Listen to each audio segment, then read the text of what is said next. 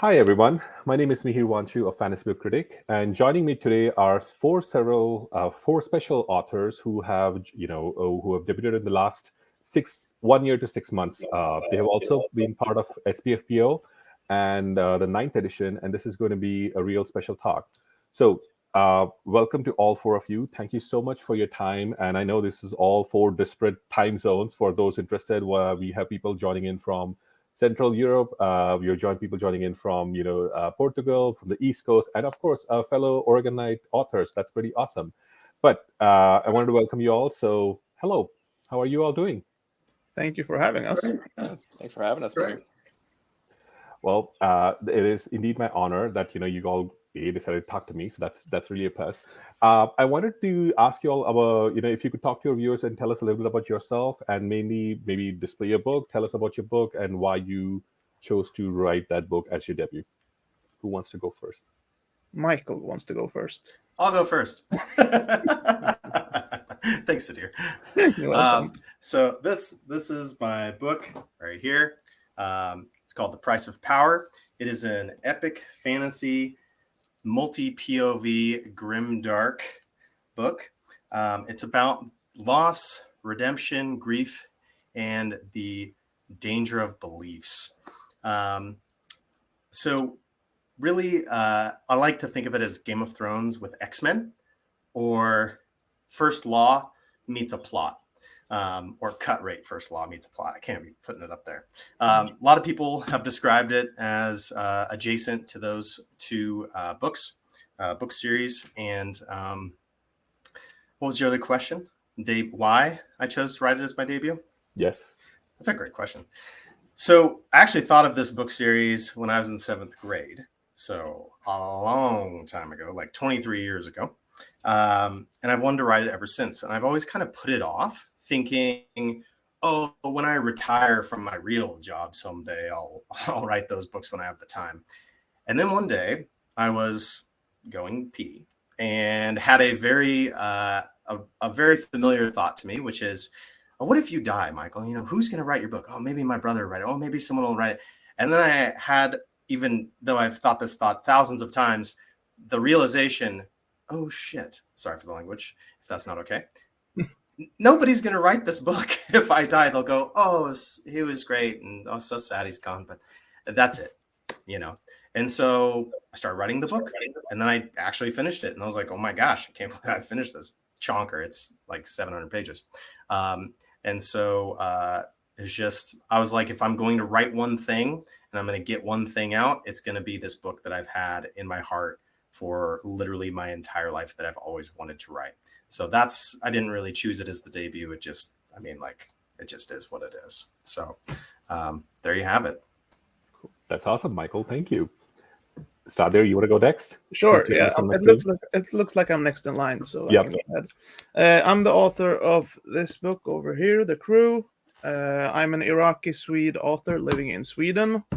And this one is pitched as Kings of the Wild meets Deadpool, to capture kind of the sense of humor in the book. And the reason I wrote this was because the first book I actually wrote wasn't very good. That one was a more classic, typical fantasy book, I would say. Multiple POVs, more leaning towards the grimdark subgenre.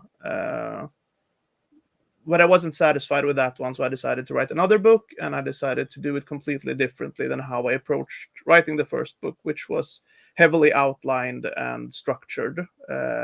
So when I wrote The Crew, I basically just went in not really knowing what I was writing, and it turned out okay, I think. What was the other question? Was it another question? I was just going to ask you, why you chose to write it, the way this book, but I think you answered it really nicely. Okay, that's good. Joao, you want to go next, since you're next on the screen? Yeah, absolutely. I'm Joao Silva. I'm the author of Seeds of War. This book right here. And it, just like everybody else on this panel, it kind of leans a little bit more on the grimdark side of things, although I wouldn't call it grimdark. Normally the way I refer to it is adult epic fantasy or gritty epic fantasy. And I kind of avoid the grimdark tag because a lot of people think it's too dark, or some people don't think it's dark enough. So it's like it's just kind of hard to please people. So my best bet is just not to feed people expectations. But it's essentially a book about three people that I would consider them survivors in their own way. They're all trying to do the best that they can in their very wildly different circumstances. And I think the reason why I wrote the book was because I wanted to kind of provide some perspective on characters who are not necessarily always associated with being main characters in books. So I was a bit tired of the farm boy trope, so I decided to go with what's the most different thing from a farm boy trope. And then the answers were a single mother, an elderly man, and a younger man who's chronically ill. And so basically I just decided to write all three of them. They're not necessarily the best people in the world, in my opinion. They have quite a lot of flaws. I probably wouldn't want to have coffee with them ever. But I think they're super interesting to follow, and and it's just been good fun. Thank you, Joao. I do remember you talking about this when we met on Steve Talks Books podcast, and I was very intrigued. Plus, your cover is really spectacular; it just draws the eye in. So, Thank you. looking more to talk about that. All right, Joe, you're last, but not the least. Sorry, go ahead. Alrighty. Hi, I'm Joe, or Joseph John Lee. I wrote The Bleeding Stone, which is right up here. I also wrote The Children of the Black Moon, which came out last week, which is the second book in the series. But so it's the series is it's kind of like a hodgepodge of genres that doesn't quite fit into one single one. So it's kind of historical fantasy, it's kind of epic fantasy, it's kind of a little grimdark, but never like full blown on either. But it's focused on a war of conquest by foreign invaders, but from the indigenous perspective of those who are being invaded. So it's kind of like framed as a deconstruction of history being written by the victors. And it kind of arose out of like kind of my own personal frustrations with how history is taught, specifically here in the US. And when I started writing this in 2020, we gradually kind of started having those conversations after the George Floyd murder. So it was kind of, I don't want to say well-timed, but it kind of was.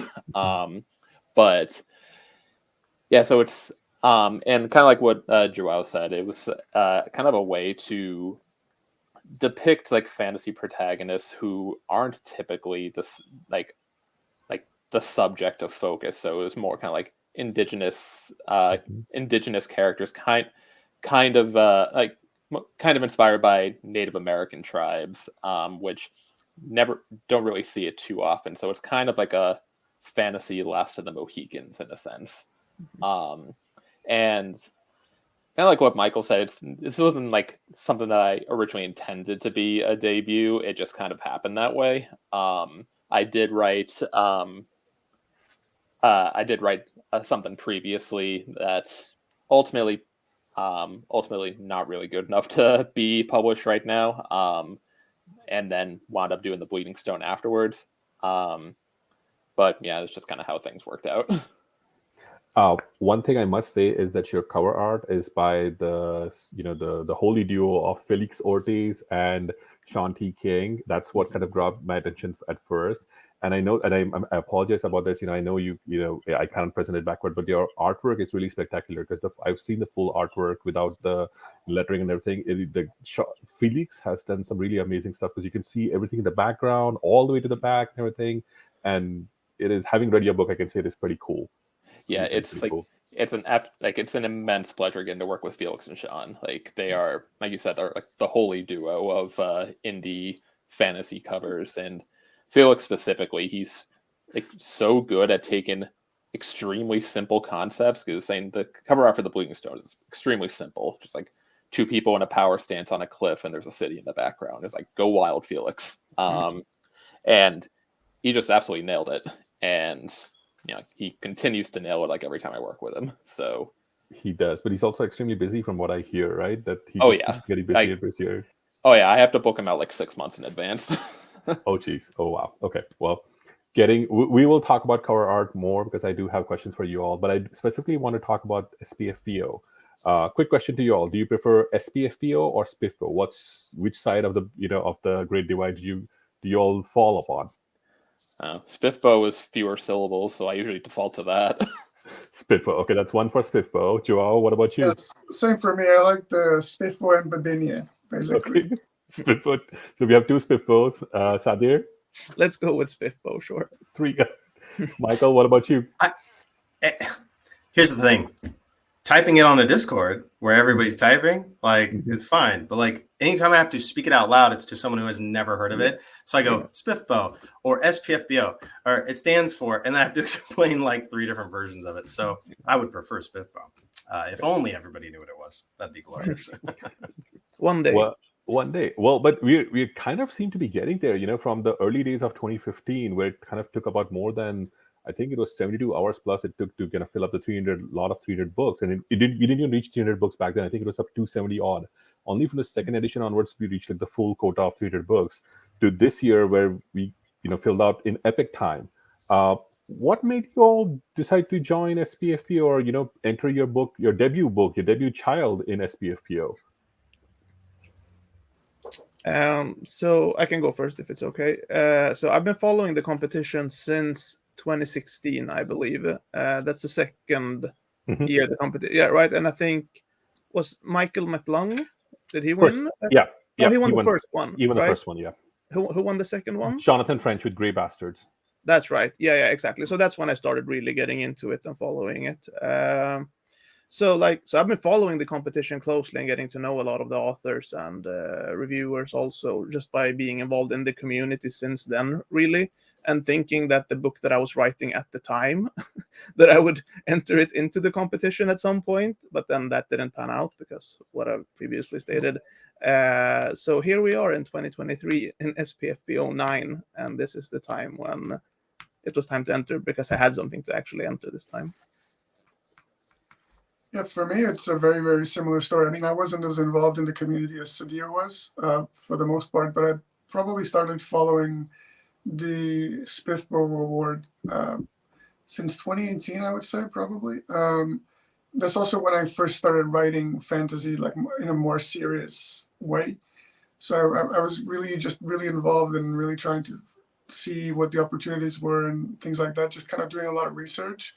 And actually, I really wanted to enter SPFBO 9 because it's just a massive opportunity. It's not just a massive opportunity, but it's like you're just in the middle of the community. There's like such a helpful community. You meet so many people, reviewers, just everybody. And I actually timed my book release in time for SPFBO. So it was my main goal. Is like I need to get this book out before SPFBO, and it was a little tight on the schedule because the book was originally supposed to be out in March. I ended up delaying it by about 2 months, so that was a little stressful, but I made it. So, yeah. Yeah, and like similar to what you said, on the community aspect of SPFBO, it's like probably like the main draw of it, but beyond just the kind of like the recognition. I remember last year when I was getting more involved on Discord, and I joined the Indie Accords Discord, which all 3 of us here are, or all 4 of us, I should say, are part of it. Yeah, it was like right around the time when like the finalists last year were announced, and like Thiago Abdallah and Trudy Skies were both in the Discord, so it was like so cool to kind of like be part of this and see like all the excitement around their books, and just get to chat with them. And that's kind of when I started getting involved in the community as a whole, because back in November I had like 30 Twitter followers, like nobody knew who I was, but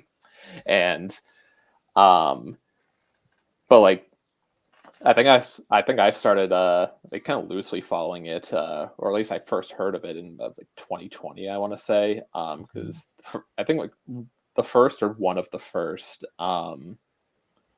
indie fantasy books I read was Never Die by Rob J. Hayes, and then I was just like looking up who he was. I noticed in his Twitter bio that he had won SPFBO. I forget which year, but for Where Loyalties Lie. 2017. Okay, 2017. Yeah. And then just like looking up what SPFBO was after that, I was like, oh, this seems pretty cool. Maybe I'll do that at some point. And here I am. However many years later, 6 years later. I don't know. I don't do math anymore. And yeah, no, it's just a lot of and I didn't necessarily plan things around SPFBO. I just kind of released it when it was ready, but it was still like that morning when everything kind of filled up instantly. I'm just glad I was there at 8 a.m. because, oh boy, that was crazy. It definitely was. And I want to get all of your opinions upon that as well. But Michael, you want to talk about a little bit before? Sure. Actually, on that, the getting up at 8 a.m., I mean, I was on the 5 a.m. Side of the world. And I've tried to get Burning Man tickets enough to know that you get on the computer and you are ready to like just go like this at the exact time. So that's where I was at. I guess I wasn't actually that surprised at all that it filled up in 41 minutes. I just assumed that every single year it's going to get harder. The competition seems pretty stiff. I don't know if they say that every year. I'm actually still figuring things out about SPFBO. Like, even though I knew of it, like people talking about Chaos Month or something like that. I had no idea what that was. I was like, are we just talking about May, the chaos, and then it like just dies off, or what? For me, I didn't hear about SPFBO until I was really looking at whether I wanted to pursue the traditional path or the indie path.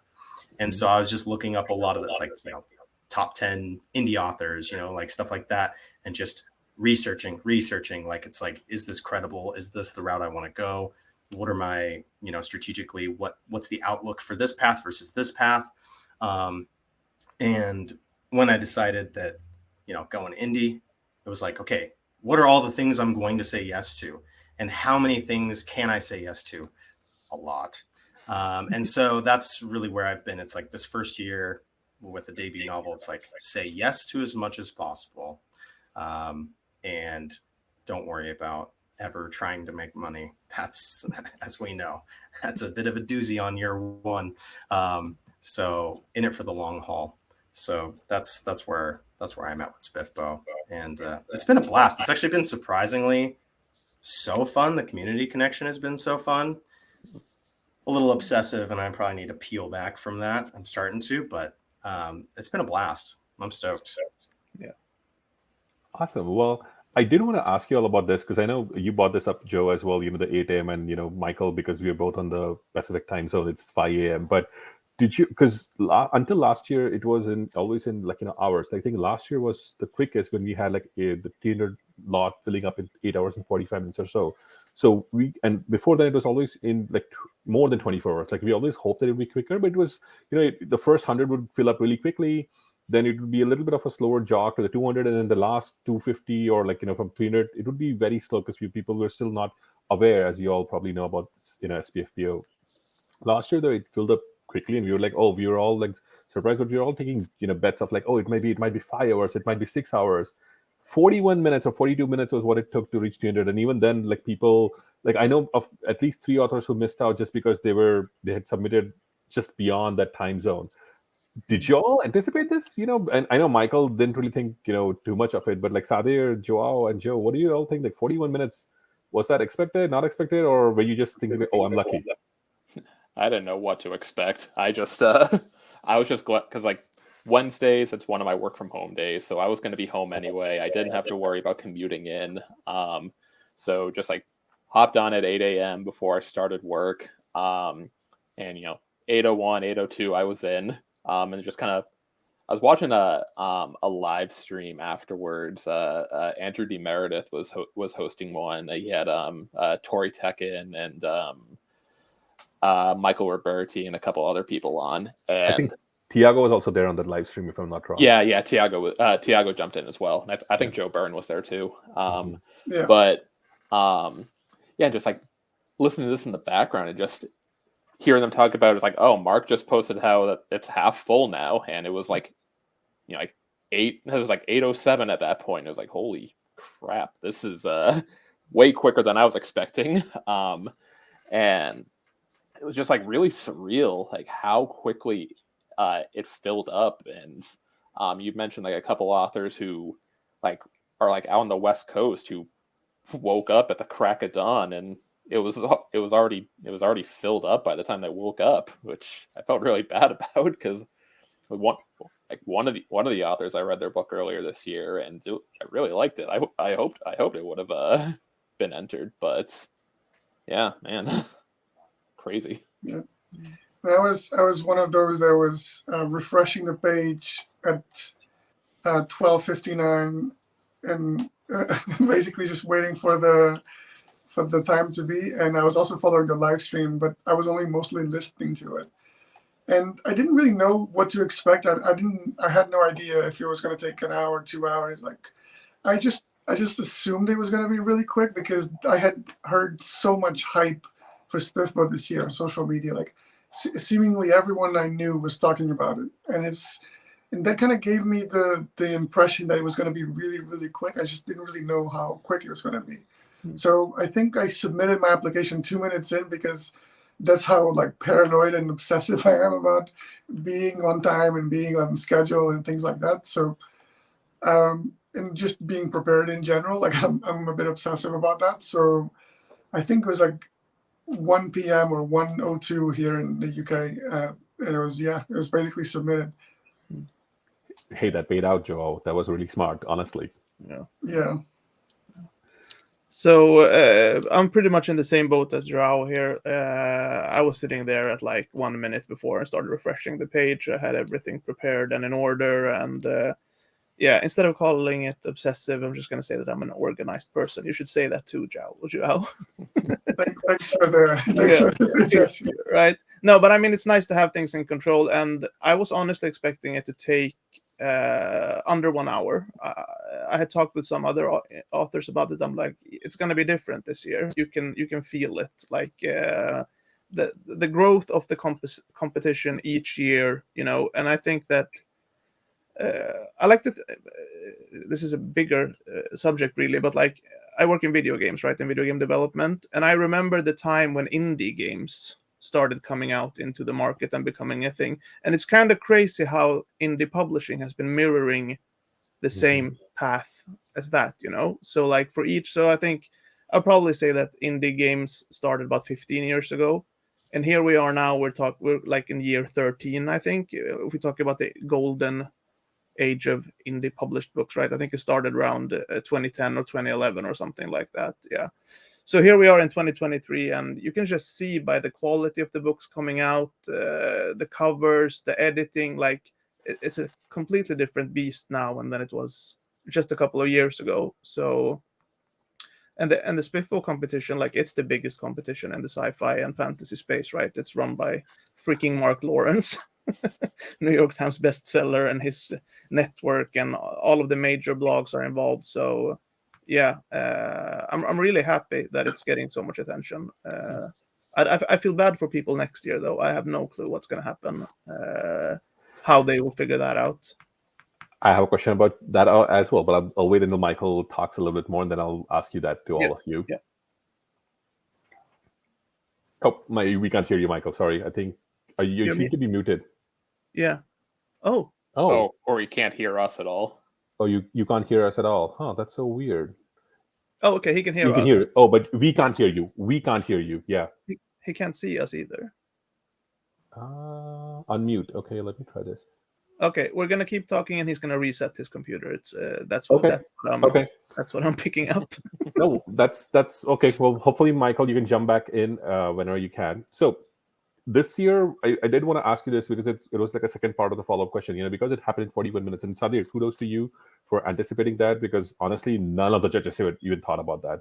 I know, Joao, you and Sadir both, as Sadir mentioned, you both were prepared. So that was a good thing. I did want to ask you this, like, for next year, because this year, even I don't think Mark Lawrence anticipated that it would get filled up so soon. And that's why he just chose like a random time because it's the middle of the day for him. So it becomes easy. But what are some suggestions that you all can think of that would be beneficial? Like, do you think splitting it up would be necessary? Will be helpful? Like, keeping one slot open for the first 150 at from 1 p.m. British Standard Time, and then keeping it another slot for the evening, because this way it's better for all of America, North, South, Central, and maybe even for East Asian folks as well.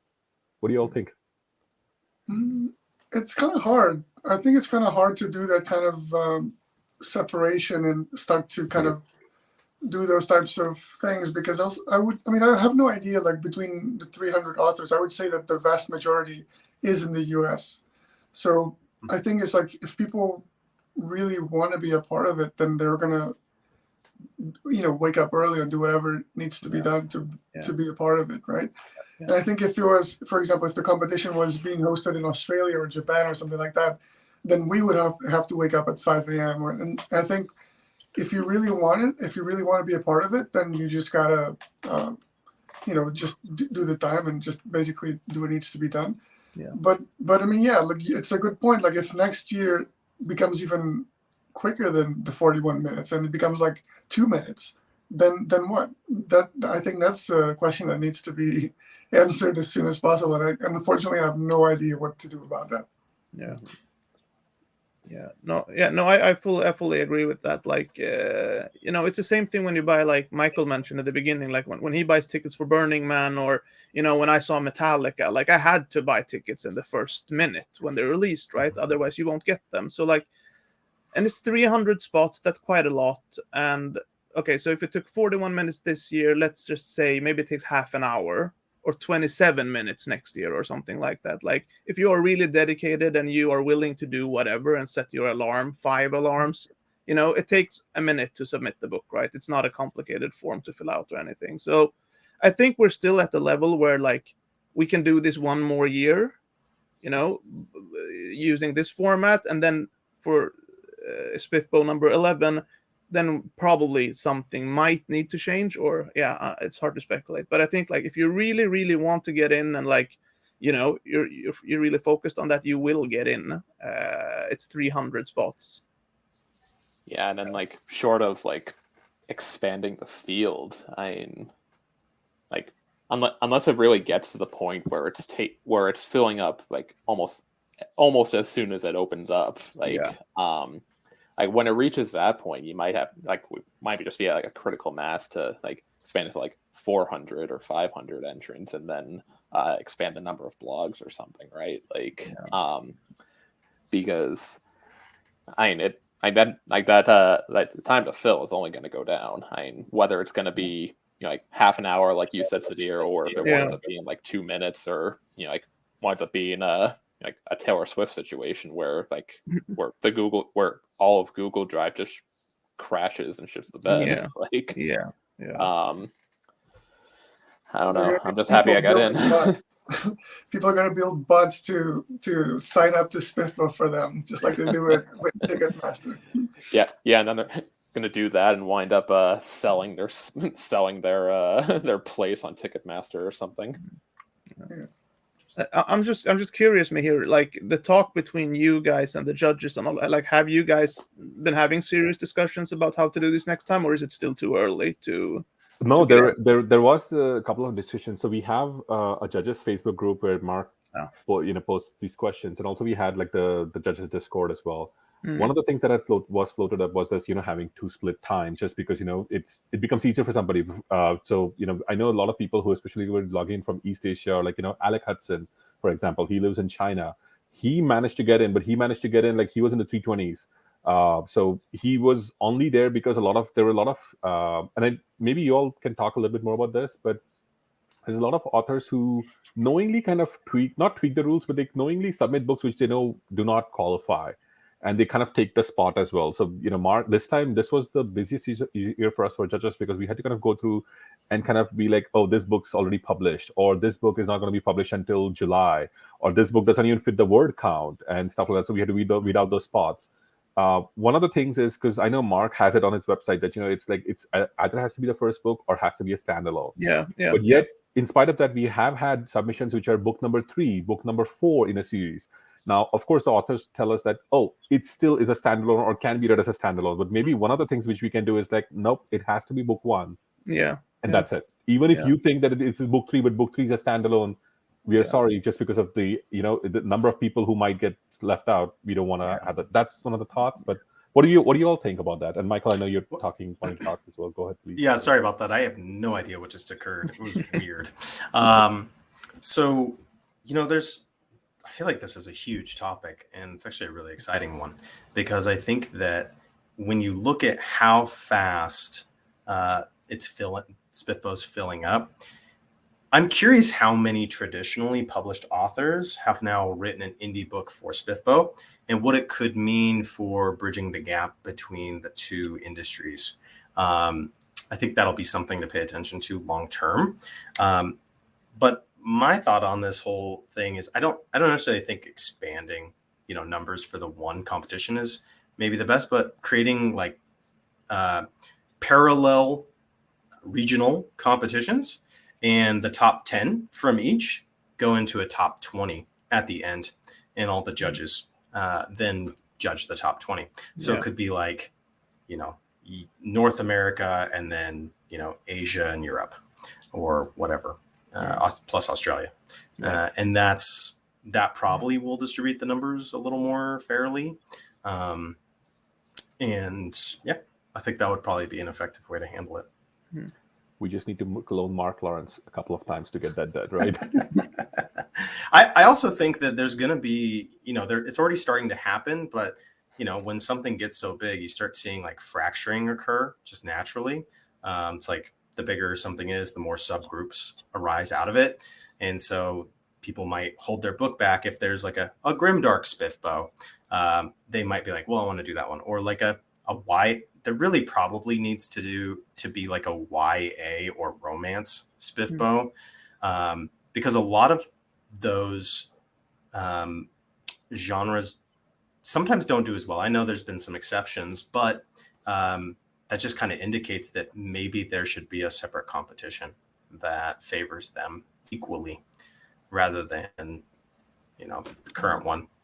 I mean, actually, like last year's winner was a romance fantasy, right? JD Was it romance? Okay. Yeah. I thought it was cozy. But yeah, that's like, Yeah. the exception. But like every year prior to that, Yeah.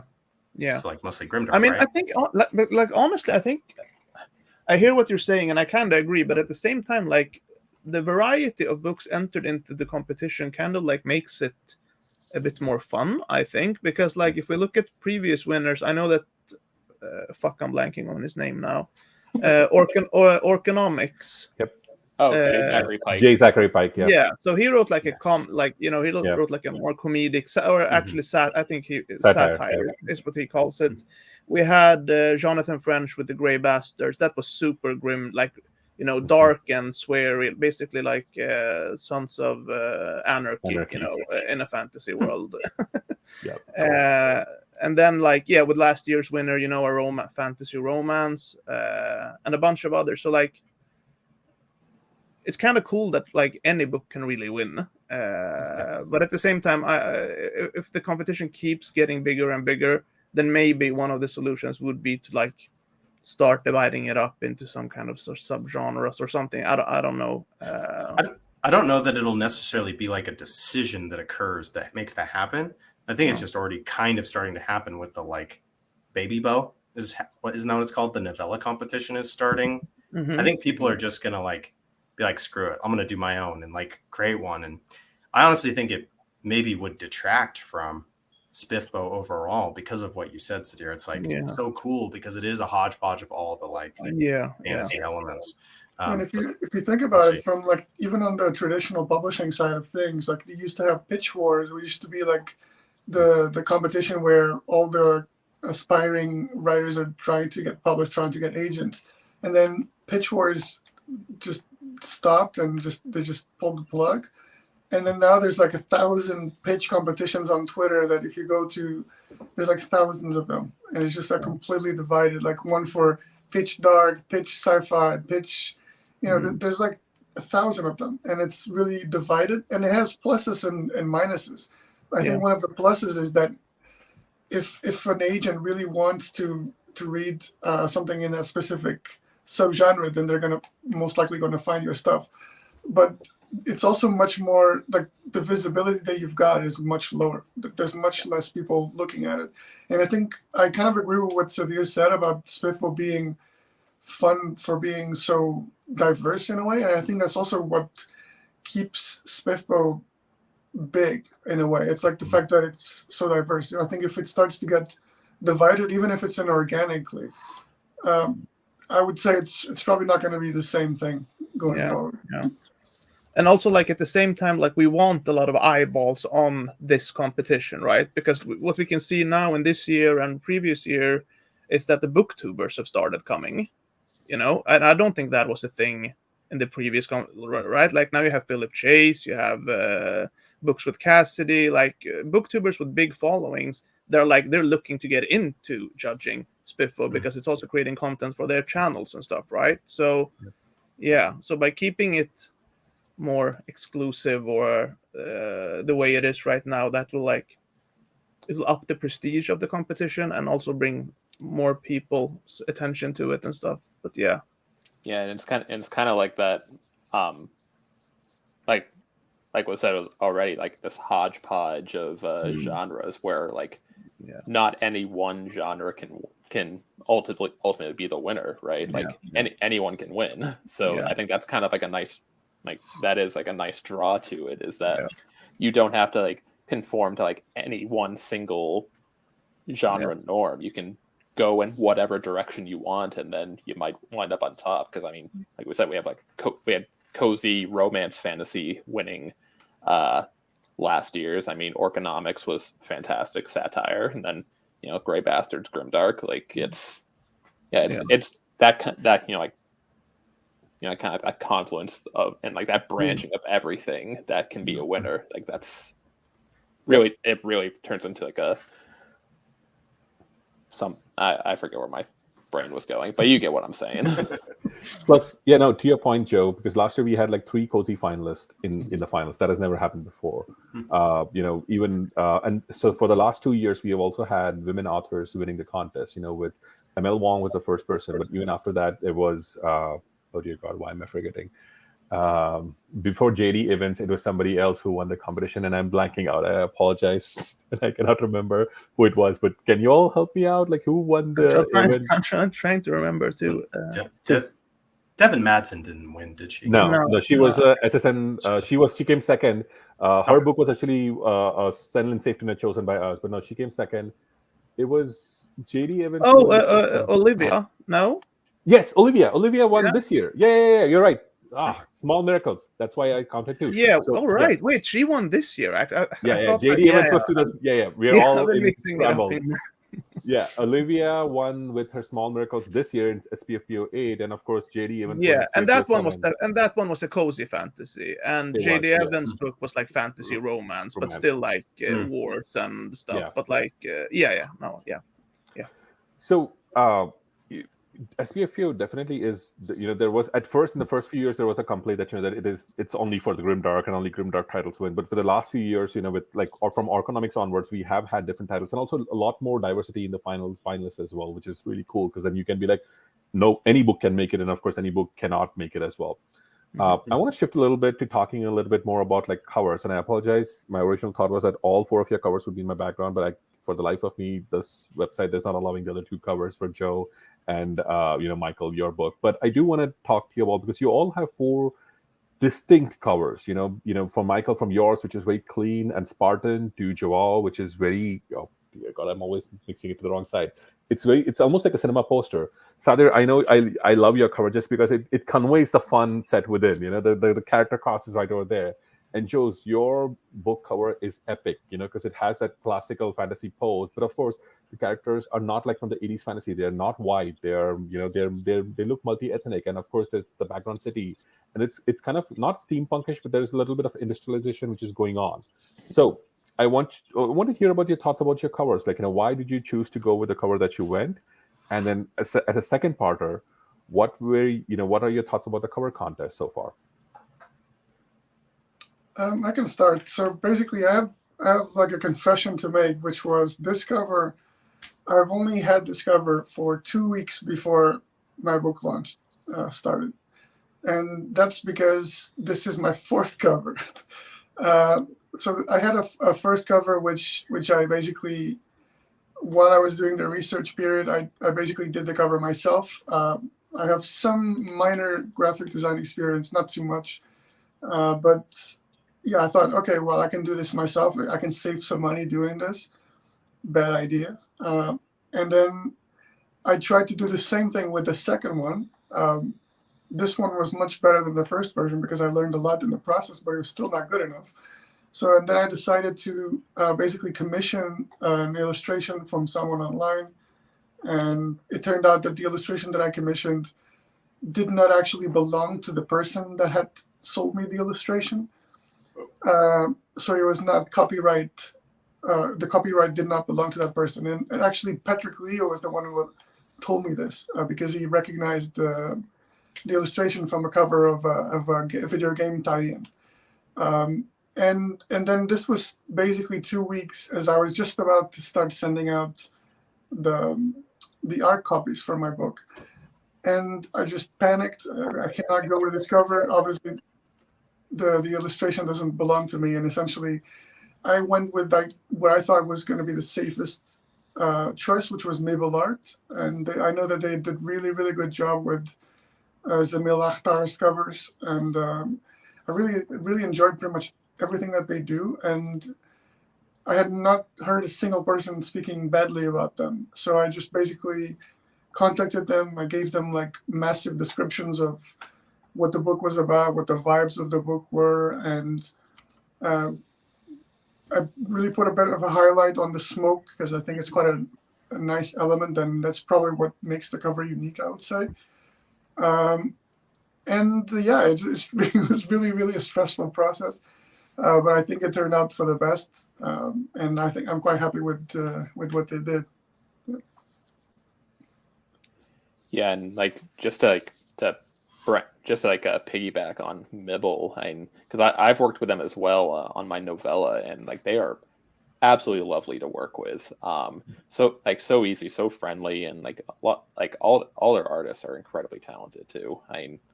Up to like Joao with yours being like nominated for like the cover contest as well, and it just kind of speaks to like how great a studio they are. Yeah, they're pretty good. I mean, it's like I would say that if there's any like people who are looking to publish their books and they can't really afford the big expensive covers, you don't have to have a big expensive cover. You can have a cover that's good, that's still kind of fitting within your genre, and that's much more affordable, and you can just dedicate that money elsewhere. But also, like if you want to spend the big bucks and big covers, sometimes it can also translate into big sales. So it's like it's kind of a gamble. You have to decide what you want to do. Yeah.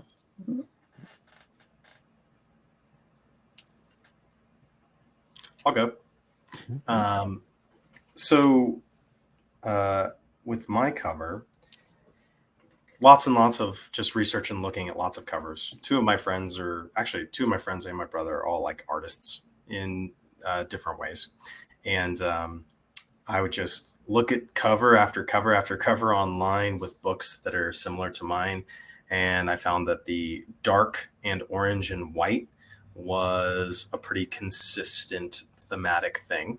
I also noticed that after looking at all the covers, it's like really the thing that catches and draws the eye the most is the color palette, right? It didn't matter so much what the images were. In fact, sometimes you could just splash 3 colors on a cover and I'd be like, well, what's that?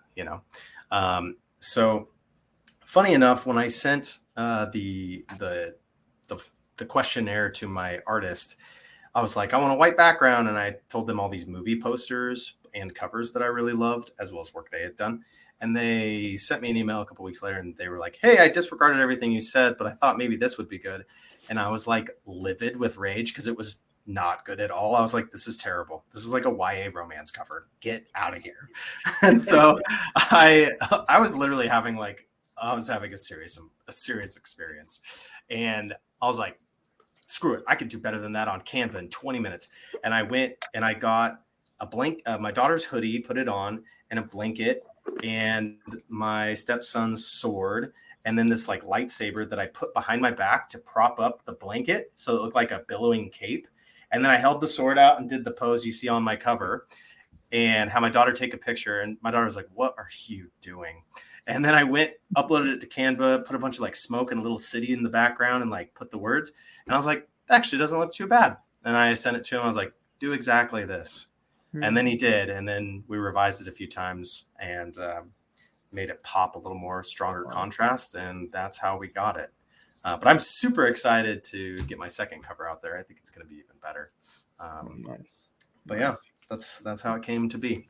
All right. That is a very cool story, sir. Yeah. I wish I could find the original. I switched phones and lost some images. And I've looked through my email because I know I sent it somewhere, but I wish I could find the original picture of me standing in my living room with the sword. We all, the Canva art one is there. I have it. So I'll post that in a Discord for you guys.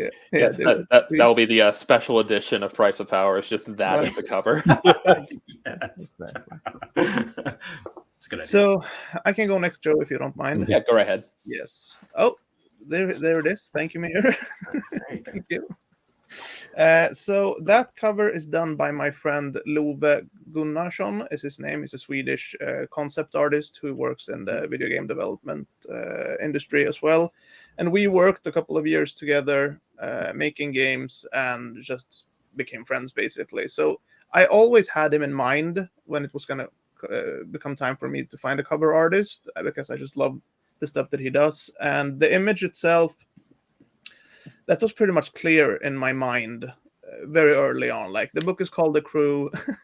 You have like a big part of the story is the crew coming together and doing shit together, right? So I'm like, I need to show the crew on the cover. That is, that needs to happen. And also, like, I'm very fond of covers that have characters on them, like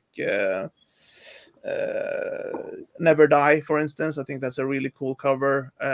We also got, again, Kings of the Wild. That was done by Flaptrap's Richard Anderson, I think the artist's name is. Yep. Yeah, That's right. and we have a couple of others. And then also, a lot of people have been saying to me, they're like, your cover reminds me of Final Fantasy. Like, and if you guys have played the Final Fantasy games and you think about it, then that usually was how the cover art would be for the older games. You would have the whole gang on the cover. So that was also like a part of it.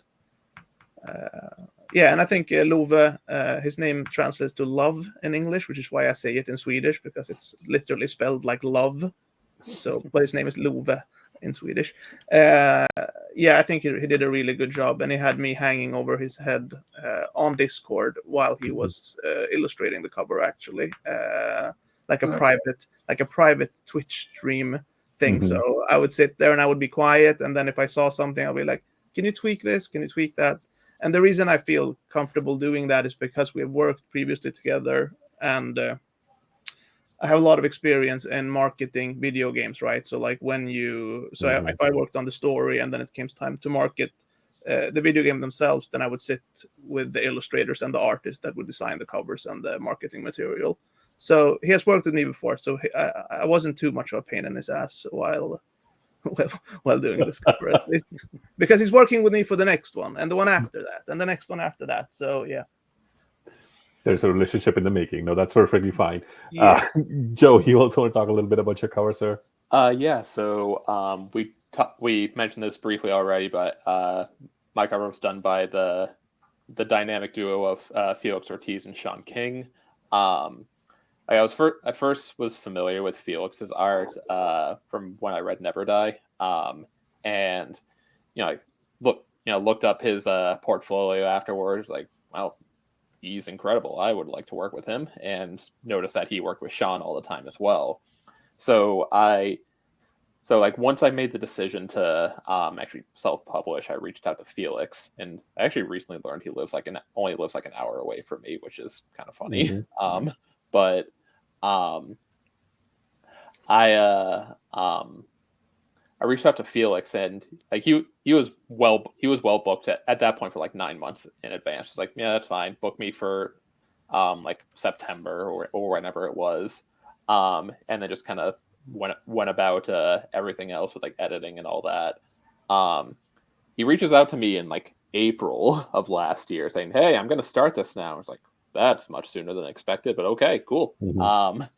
And he's working on it, like showing me all the different drafts. It's blowing me away. And then I finally thought to ask, "Hey, I know you work with Sean a lot. Did I also book Sean when I booked you?" And he said, "No, you got to email him separately." I was like, "Ah, shit." So then naturally, because Sean is also extremely busy, given like he is like the in-house designer for Wraithmarked, he I reached out to him and he was like, "Yeah, it'll probably be a few months." It's like, fair. So like August, September rolls around. I reach out to him again. He's doing like he was busy with like a few Kickstarters, like the Kickstarter for sort of Kaigen and the Warhide books by AC Cobble. Like he was busy with those. And I felt bad because I kept pestering him because I wanted to get Bleeding Stone out by the end of the year, like before Christmas. It's getting to be November, and I know I'm just being a pain in his ass at this point.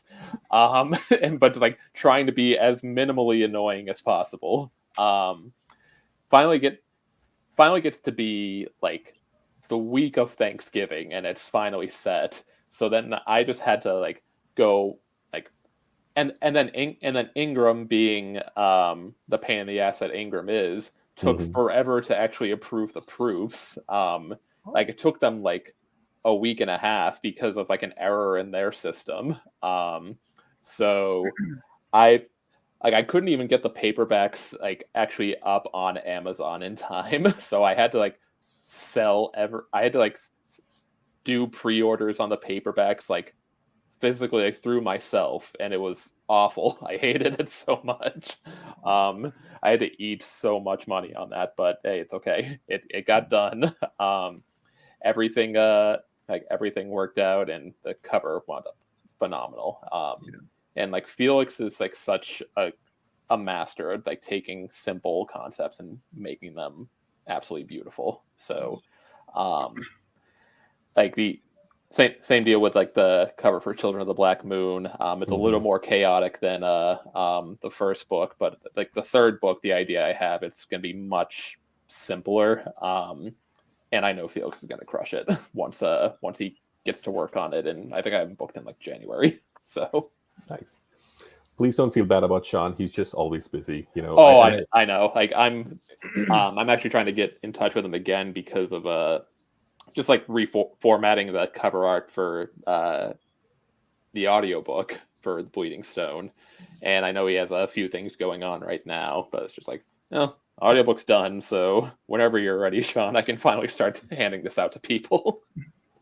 I say this because I count him as a friend, so that's what I'm telling you. You can just bug him. He's okay. He's one of those, just grumpy people, but that's it. That he's just baseline grumpy, but he's a very nice guy. So that's why. Oh yeah. I absolutely love talking to him. He's great guy to work with.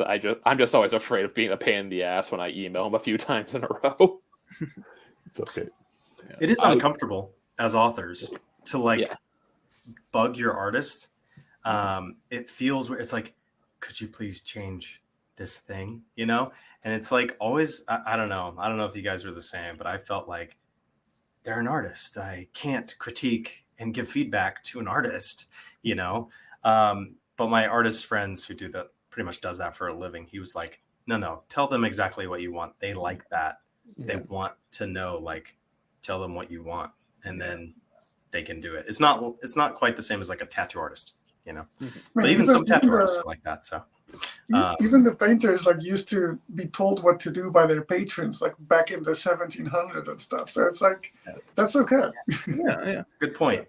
But I mean, as long as you do it in a respectful way and you're like, this is where I'm coming from, like any communication with any person, really, like, then it should be fine, because you are essentially buying something, like you're paying good money for a service. And this is like, as authors, the cover is like the most important marketing tool we have in the beginning. When we release a book, like, we don't have any fancy trailers. I mean, nowadays people are starting to put together more trailers and stuff, but like, other than that, it is the book cover, right, that is going to be used to showcase the book and try and convey what the story is about and all of that. So like, it is important. And and most artists are perfectly fine with you just, telling them what you need and what you would prefer, and as long as you're just cool about it, I think.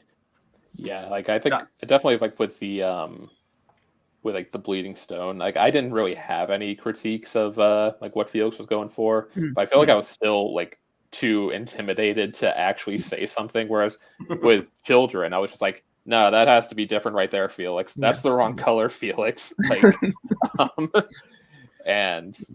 but yeah, no, but I mean, it also helps, like, because Felix Ortiz has such a portfolio, right? So like you've seen all of the covers that he has done, so you're in good hands.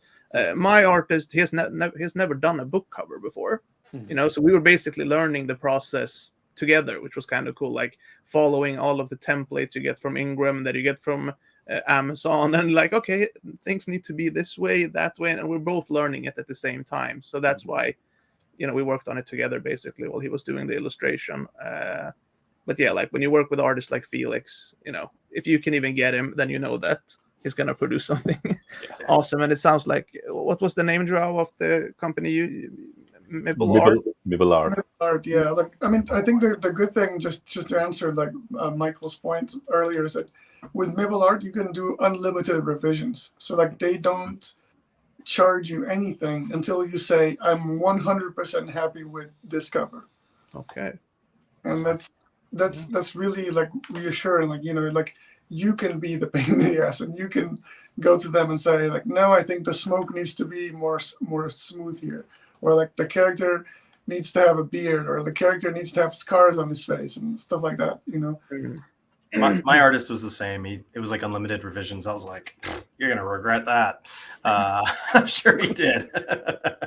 But honestly, the cover, Mihir, most stressful for me. It was like the most stressful part of the process of turning out this book, because it's like we all put in countless hours making the book, and then we go, here, the most like important part is the cover, and like an artist is going to spend a couple days on it, and it's like that's going to define a lot of the time, like a lot of how much your book gets into readers' hands. And it's like, it has to be so good. So yeah, it's kind of a stressful experience for sure, but an awesome one once you get that cover. It's super cool. Well, speaking of covers, I did want to shift a little bit to talking about the cover contest in SPFBO. This year was a very, well, not only chaotic, but very shocking one, so as to speak. All the previous editions, because I know the cover contest was started in 2016 with, the second SPFBO ever. And since then, it's always been a fun thing. It's always something for like, oh, here's the cover contest, here's what, the cover's most like for the judges, and then the people vote for it, and then you kind of get to see the discrepancies. But this year, of course, we had like this whole scandal, so as to speak, of, with the cover being truly eye-catching, but then later on finding out that it was not really an artist. And, there was like some wild accusations on Twitter, which led to Mark canceling the cover contest. But I just wanted to hear from you all, like, did you all follow it? Did you all hear about it later? What were your thoughts about it?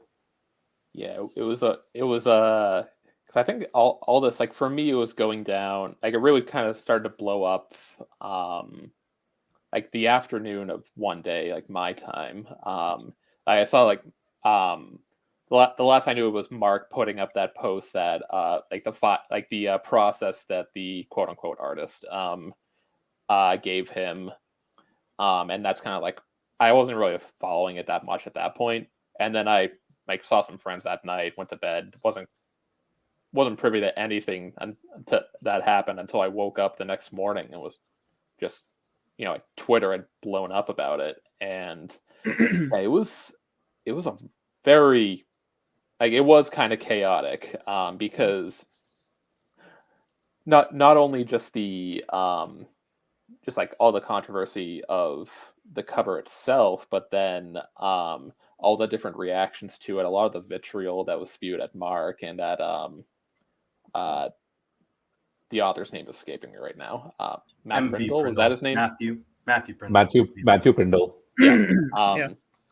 And then just like the accusations that the cover was AI generated. Surely his book must be AI generated too. And it's like, it was just such a mess. Like, and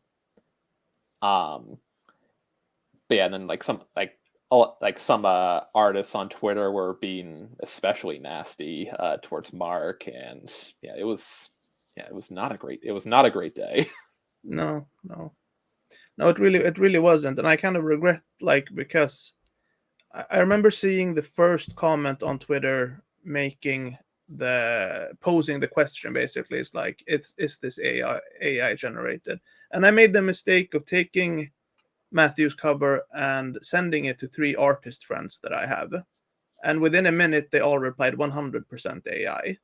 And I'm like, oh shit, okay. And then I was like, do I need to reach out to Mark? How the fuck? Why did I do that? Like, why did I ask them? And they were so definitive in their answers, and they started going into technical aspects that only artists can do. And I'm like, there's no way I can convey that information. They're talking about how the pixels are wrong and how you can look at this thing and this thing. And I'm like, please, someone else jump in here and like take, because I don't want to get involved to that extent, But that whole day I was following everything happening on Twitter, and I had these 3 artists talking to them simultaneously, And when Mark posted the artist's explanation, they were just like, it's bullshit. Like, it is bullshit. It's not true. And at the same time, you were seeing a bunch of authors protecting the artist because things had gotten so witch hunty vibes, right? So people wanted to be kind and be like, no, but this looks good to me.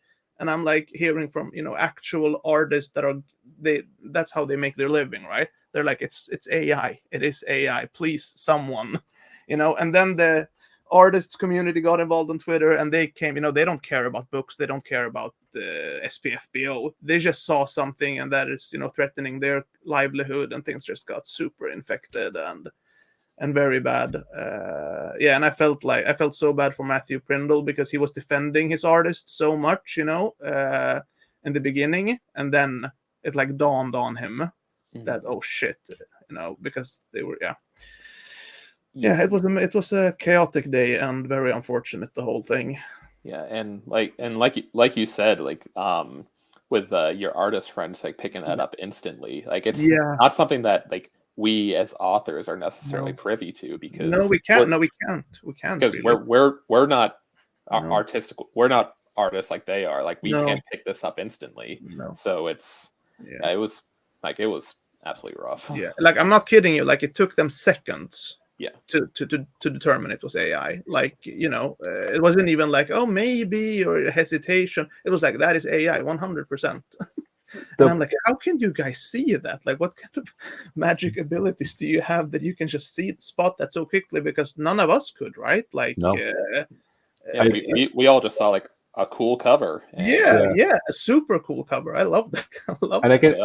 I can tell from the judges' side, like out of the 10 judges, 7 judges chose that as number one, as the number one choice. And we, of course, like, I'm not going to say which 7 judges, but because it is a cool cover. And Sadir, to your point of the pixels, I think one of the people on Twitter, I don't know who it was, and I forget the name as well, they actually posted that, when they did like the whole analysis of why this is AI. They said that like, look, if you look at it from the scans, like this should be this shouldn't be that clear. Like if you're drawing something, somebody's drawing something this from scratch, this will not be this clear. These edges need to be fuzzy and stuff like that. But to your point, it's only something like an artist or a person who's doing that would know that. The normal populace like us, we are like, oh, that looks great, and that's about it. And I feel sorry, and also I feel so bad for Mark Lawrence getting so much of the shit thrown his way, But I think that the problem was that when he posted the artist's proof in the closed SPFBO group as kind of, this is the evidence and we think it's okay, it's like that's a group consisting of like 99% authors and reviewers, right? Like there's no artists in that group. And that kind of didn't sit well with me. I'm like, seeing all people saying, oh, okay, that looks good. Let's, let's go with that. It's not AI. I'm like, no artist has spoken about this. Like, but then they came in droves and they had their pitchforks high on Twitter and started attacking. And then they took it way too far by, like you said, Joe, accusing the author. It's like, the book must be AI generated. It's like, why the hell would you throw out that accusation? Like, you know what I mean? Matthew just paid someone, trusted that person. So now he's getting, it's just a mess. There was even an accusation that the author and the artists with the same person. There was even an acquisition like that. Yeah, It went into that crazy levels. Sorry, Joao, go ahead. And even just like kind of like the go trickle ahead. down of Michael Fletcher and Clayton Snyder, like they hired the same guy to do cover for their book, and they had a cover reveal scheduled. Yeah. So, and I think their placeholder is great now, but yeah, it's just like Jesus Christ, a total mess. Yeah. Yeah, it got really messy, and I was on vacation. I wasn't supposed to be on Twitter or anything like that, and it just blew up. And I had no work. I didn't have work to do, so naturally, I just spent all day looking at all the tweets and all the back and forth, and I really regretted it because there's nothing to be gained. I mean, obviously, I'm really glad that all the artists came in and kind of, made justice happen in a way. Like the cover was AI, and I'm glad it got caught, because then it's someone's livelihood that's being taken away. All the artists and the author got swindled as well. So it's like it just wasn't a good look for anybody. But at the same time, it's also like, authors, especially indie authors, like we're basically, they're not even small companies, we're micro companies, right? Like we're one person doing like 10 people's job. Like we're not educated in art, or like we don't have the eye to be able to tell if it's AI or not. We're just simply not. And we're basically micro companies. Like I said, like we're very passionate about our books. We want the best for our books, and if something is completely wrong, that completely derails our or can potentially derail our career, like Matt Prindle was facing. Of course, he's going to be in denial a little bit, and he's going to defend his artist a little bit. But it's natural. It's a natural reaction. Like, I mean, like he got swindled, and and obviously it takes a while for someone to swallow something like that. Like you just spend a ton of money on an illustration that wasn't where you wanted it to be, where you expected it to be. So yeah, and there's a lot of accusations made towards him, like speculation that was completely baseless. And I even saw people saying that if he got swindled, then he kind of deserved for trusting someone who didn't have enough followers on social media, or for trusting someone who didn't have a portfolio on ArtStation or something like that. Like, if you trust someone like that with your money, then you kind of deserve it. Like, who says things like this? It's like, it just doesn't make any sense. Yeah. So I had the pleasure of befriending Matt Prindle before any of this happened. Like, actually, even when my book first came out in February. And I saw his cover, and I was like, "Oh, that cover is so sick." And then we started talking, and we'll comment on each other's posts all the time and stuff. And actually, as soon as the cover competition started, I was like, "Dude, you're so gonna win this." I was like, "Your cover is so sick." And he's like, "Oh, thanks, man." I was like, "What's your artist name?" I was like, he's like, "Oh, this is his thing," And I was like, I went and looked, and I was like, "Huh, I looked at his Instagram, and it's like 5 total photos. And 3 of them are like, I was playing around with AI art again today, and hashtag AI art. And I'm like, huh. Yeah. I was like, but again, I'm not an artist, and whatever. I'm like, his cover is sick. We'll see how this goes. And when things blew up, I just really focused in on like being a support to Matt, So like he and I talked during the whole process. And I was like, whichever way it went, I kind of defended him. So I did look foolish a couple times when it was like Mark Lawrence posted that thing of, "Hey, this is the artist explanation." I was like, "Yay, truth shall set you free," kind of thing. And Matt was there too. And then like 2 seconds later, everybody's like, no, that's not a good explanation. I was like, never mind. I'm an idiot. I'm sorry. Like, had to constantly be, going with wherever the wind blew me. But just the human cost of that whole situation is really tough, because I believe the artist was also Matt's friend. And so Matt was like lied to and essentially betrayed, and got crickets from the guy about when he confronted him on the issue. And it's like, man, that really sucks. As a result, though, I do think there's at least one little positive for Matt, in that more people were exposed to his book and maybe went and checked it out. And that's my hope, at least, that more people now know who he is. And he's got a really cool artist in Katrina Barquist who is doing his cover at this point. I love such a unique style and so human. That's always good when it's a human. And she's fantastic. I really love her style. Very unique, and I think she could probably turn out something really cool for Matt. So there's like the silver lining at least in this. So, and hopefully it's tough because it's such a cool cover, but it's like, it really is. We can't ethically be like, that cover is still awesome and you should keep it, because it's like, well, if we let one mouse in the house, there's going to be a freaking nest of them under the floor in like a week. So and also like another aspect, like it was so sad to see artists and authors clashing, because like we're supposed to be on the same side when it comes to this thing, and that really broke my heart, that like we became enemies and like the machine was winning.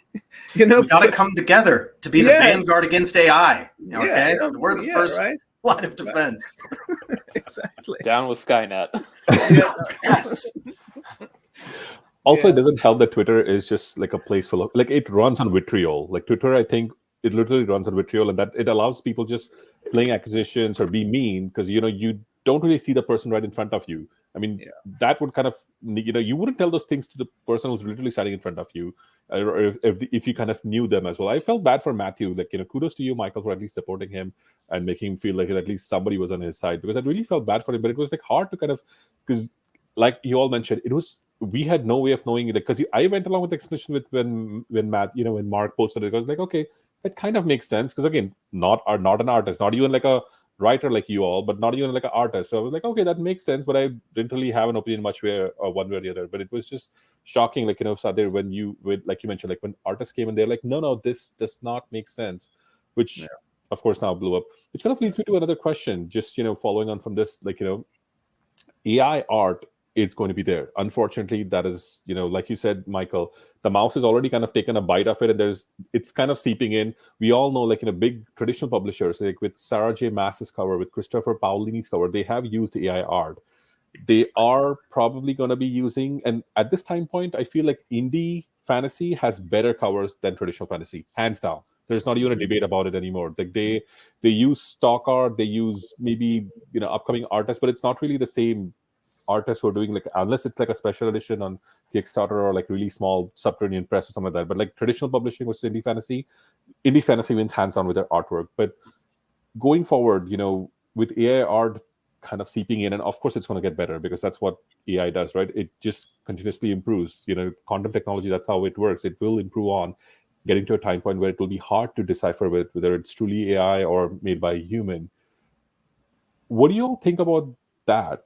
Will that, in that sense, or not in that sense, but at that time point, do you think it'll be okay? Because we will not, unless they come up with like a specific, like a detector test where it will say that, oh, this cover is 100% AI. Or what if people start to use AI stuff along with their natural artwork to enhance it, so as to speak? What do you all think about that? I think that the security, right? So like you created the internet, and now cybersecurity is a massive industry, right? Because you need defenses in place against, hackers being able to do these things. So I think those kind of things kind of tend to develop, and AI is still pretty young. And so I think there will be an increase in those kinds of measures because there is obviously an interest from a large number of people to be able to detect AI and keep AI at bay. And so I think we're probably going to end up seeing some like just an app that you can plug in on your computer for like $5 or $10 a month that you can run through any program. And it's got like a 99.9% efficacy rate for detecting any kind of AI. I think you'll start to see those things, and we have to do those things. We're going to have to do those things for ChatGPT too in schools and colleges and for things that are written by people. It could be pretty disastrous if we don't. So I think it's a bit, I don't know if I see the coming of AI is inevitable. I think I'd like to be a bit more optimistic than that, and kind of see it as something that is very possible, that is looming. But I do think, or at least I'd like to believe, that we are probably going to be able to, like Michael said, we're going to be able to do these kind of, lines of defense until we're able to basically just, people. I think there's going to be two different markets. There are the people who are okay with AI, like especially if you're like in the tech industry or if you're in finance or whatever. If you're just creating advertisement or something, like from a purely financially motivation standpoint, I don't think these people really care that it's AI. Like, in fact, it's probably cheaper for them and stuff. But I think in art and culture, it's going to matter a lot who the creator is. And I think for things like film and, just illustrations and art and video games and things like that, I think there's the people who consume these kind of products, which are products anyway, they care that it's made by people. I don't think they really want it to be done by AI, like at least not to my knowledge. So I would like to believe that's the case, and I would like to believe, like Michael said, there's going to be lines of defenses that people can have, and obviously I would really love for artists to come in and help us once again, like detect AI, especially in cover competitions like SPFBO. If they could come next year, if Mark just decides to revive the cover competition and basically say, okay, we're going to bring a few artists in and they're going to look at all the covers and decide these are actually AI. And so that would be amazing, right? Sadir, like you said, your friends were able to tell that in 2 seconds, right? Yeah. So it's not that hard to do. Just get like a group of artists. Some of them might even want to do it for free. Yeah. Look at all 300 covers and make sure none of them is AI, or at least the ones that say that they're AI, that's fine. Yeah. If you're not AI, just kind of do that kind of last line of defense. Yeah. Yeah, I mean, I would love to see something like that, because it's like in terms of the SPFBO competition, it's sad that the cover competition is going away, right? But hopefully, if we give it some time, Mark might find the energy to talk about bringing it back, because I completely understand that he's like, fuck this, trying to do a good thing here, and now people are attacking me. Why should I keep this up? But I mean, it's like you said, Joao, like. I was secretly hoping that Felix Ortiz, because he's kind of involved in the indie community, that someone would be, because I don't know him personally, right? So I was hoping that someone would be like, hey, Felix, what is your, stance on this? And he would basically say immediately it's AI, but we didn't hear from any of the artists in the SFF sphere. Yeah. And they're too busy. Too busy making new covers, right? Yeah. And then the second thing is, like, there needs to be some kind of security, some kind of legislation, something, because, like, we keep calling it an artificial intelligence, but it isn't an intelligence. It's stealing stuff. It's a parasite at the moment, right? It's stealing other people's work and putting it in together. So it's not creating something from scratch. It's incapable of doing that, right? So it's also about protecting, the work that other creatives do, not just like from a ethical standpoint, be like, I don't like AI, but it's actually stealing, from other people. It can't come up with these images on its own. It needs to scour the web, and get like the tiniest pieces from everywhere, and then they put it together. So that can't be okay. But I don't know how to do. I don't know how you would like. Yeah, I'm not smart. That's the part I don't understand. I don't get how it's like. I was like, can you not trace where this engine, the search engine that gathers all and scrapes all this, you can totally trace where it's stealing it from. Yeah.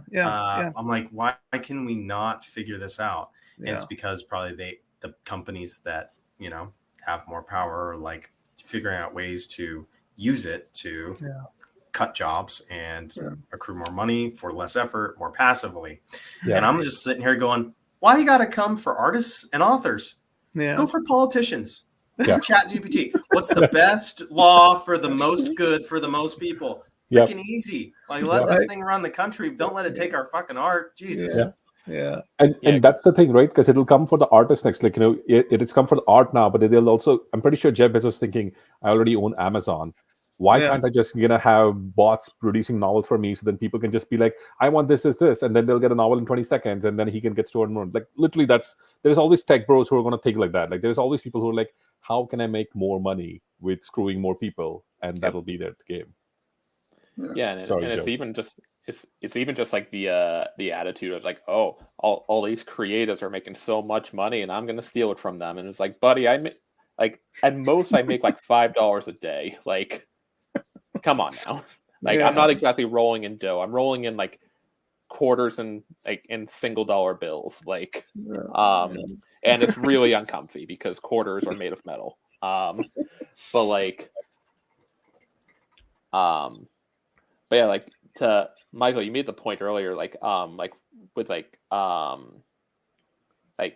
for schools, like they kind of have like this plagiarism detection, like on sites like Turnitin, and I'm not sure if there's like some filter. I know there's like some like maybe not as accurate like defenses that you can just like put an image in. It's like it's this percentage AI generated or something like that. Because I know some people did that with the Bob the Wizard cover, and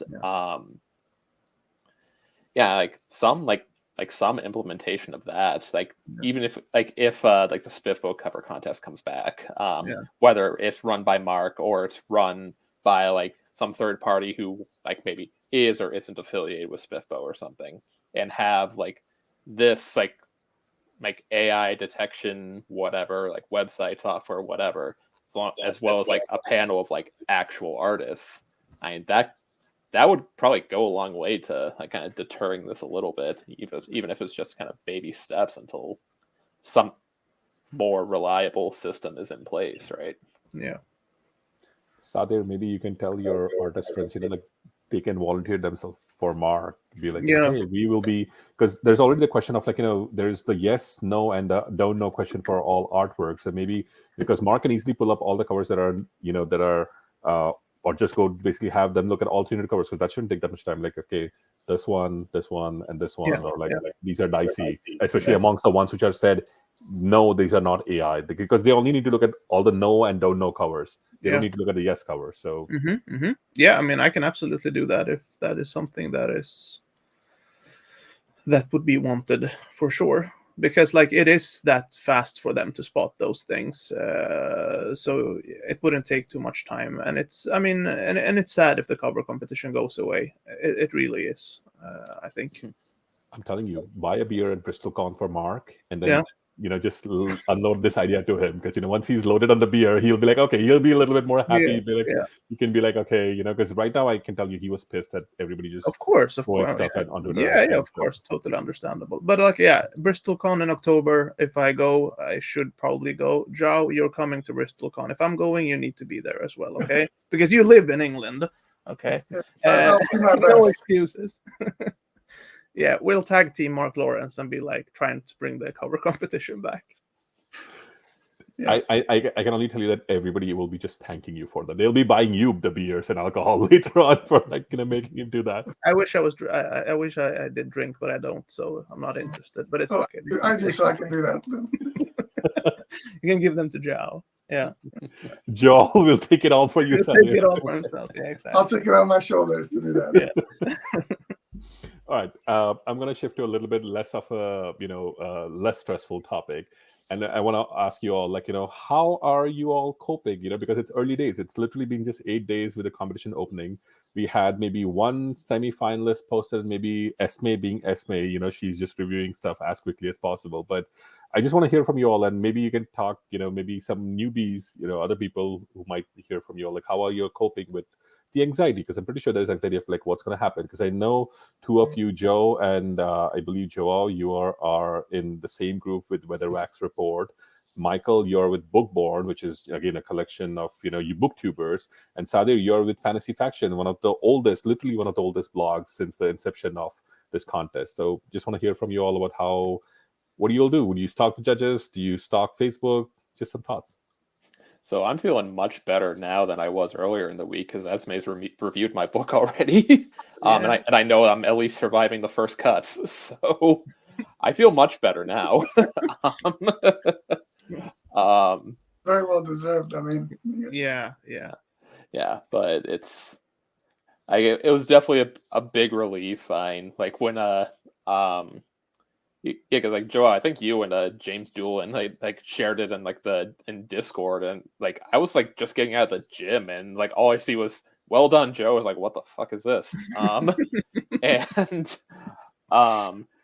like I see that Esme reviewed it. It was like, "Oh god, I gotta walk home really fast and watch this now, don't I?" But yeah, it was just like a huge sense of relief to just kind of, like have the review done already, so I don't have to like be thinking about it too much. Even though points that she raised are definitely going to be haunting me, just like points that she made about like awkward word usage that I had.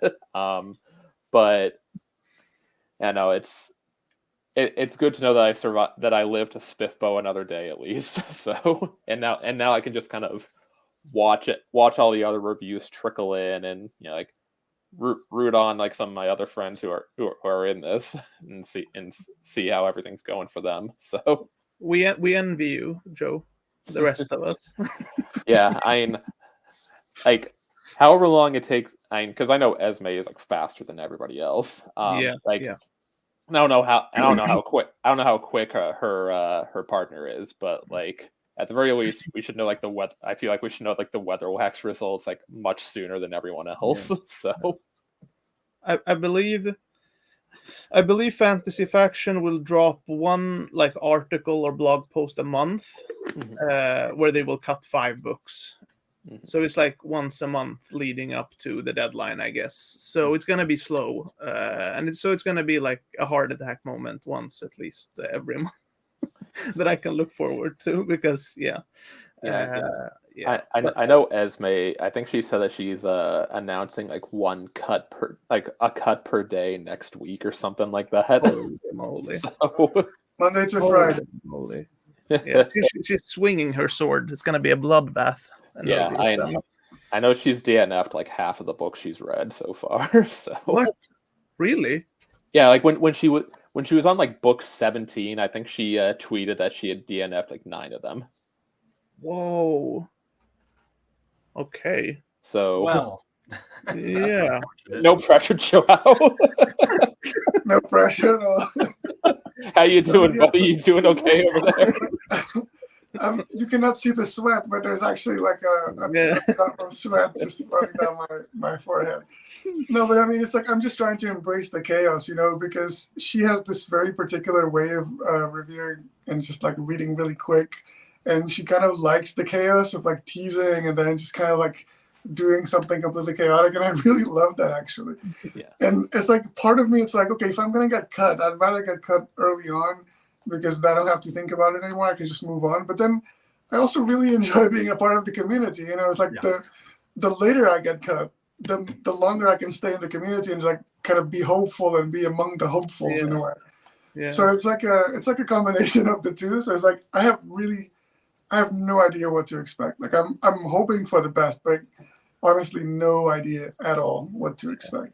Yeah, because she's also teased a review for your book twice now in the last week, and nothing yet. Yeah. Holy moly. She's torturing you guys, but in a fun way for everyone else, I guess. Oh yeah, and she's great. I've talked to her a few times, and she's just an absolute delight to talk to. It's just, oh boy, I'm just glad this is this has just been over and done with for me already. Yeah.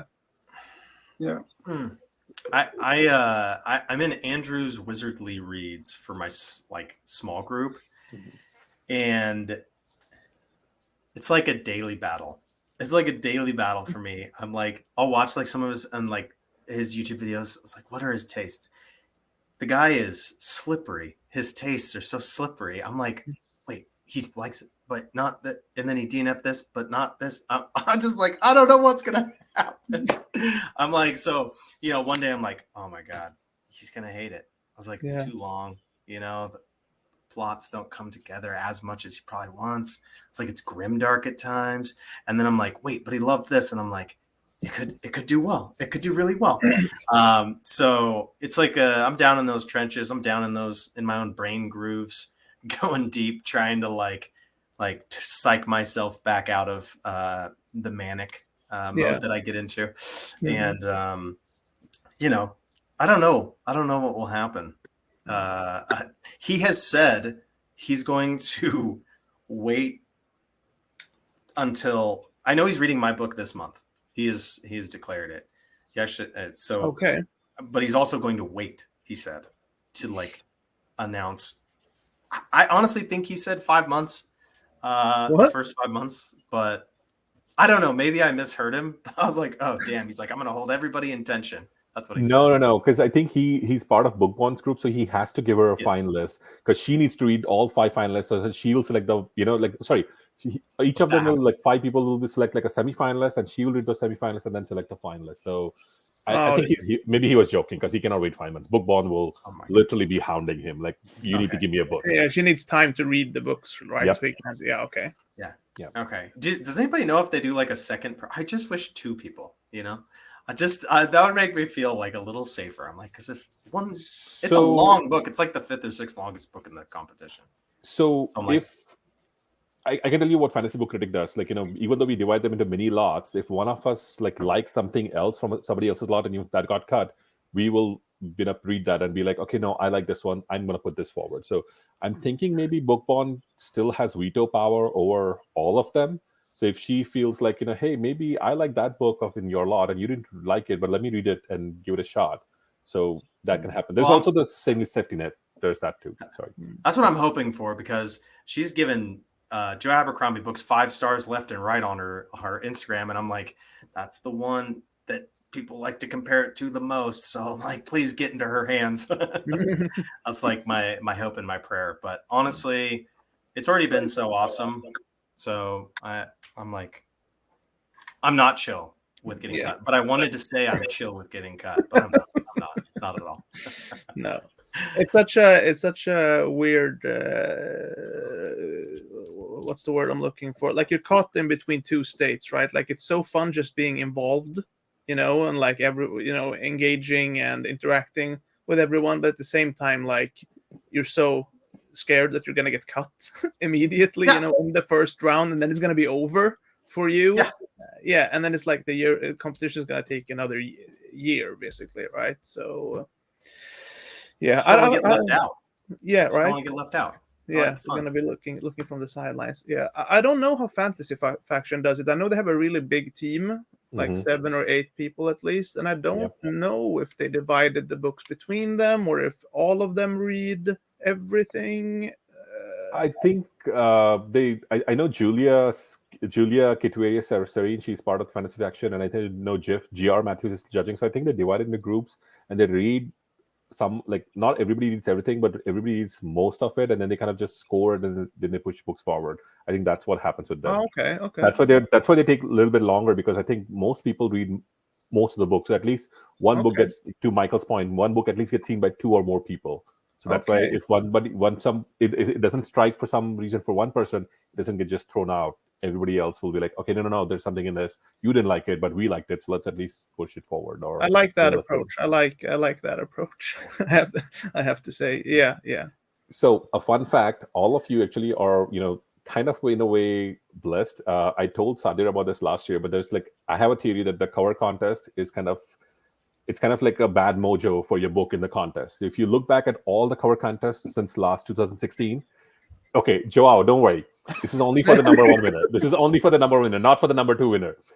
Whichever book wins the number 1 title, like the most, which gets the gold medal, it never ends up, even going to the finals. If you look back at all the number 1 winners since 2016, none of them have reached the finals. And coincidentally, 2016, look at the cover itself, Grey Bastards. It had Raymond Swanland's cover, it was an iconic cover. It didn't attract anybody's thing. Like, it didn't make anything at all. So that's my theory. I could be 100% wrong. I had shared this with Sadir last year, so I was believe me, I haven't forgotten that. That's been in my head the whole time. So I was praying that if Sadir's cover goes in the in the cover contest, it shouldn't be number 1. Number 2, number 3 will be fine, not number 1. Yeah. But that's why none of your covers are number 1. So weird way, Joao, we're all good. We're safe. Yeah. We're safe from the curse. Safe from the curse that kills that kills us. Any other curses that will make me sleep better at night? That's the only one I know about. This is just my wild theory. It could, I could be 100% wrong. Michael, I'm sorry. I mean, but it is a statistic, right? None of the cover contest winner have been in the final. won the yeah.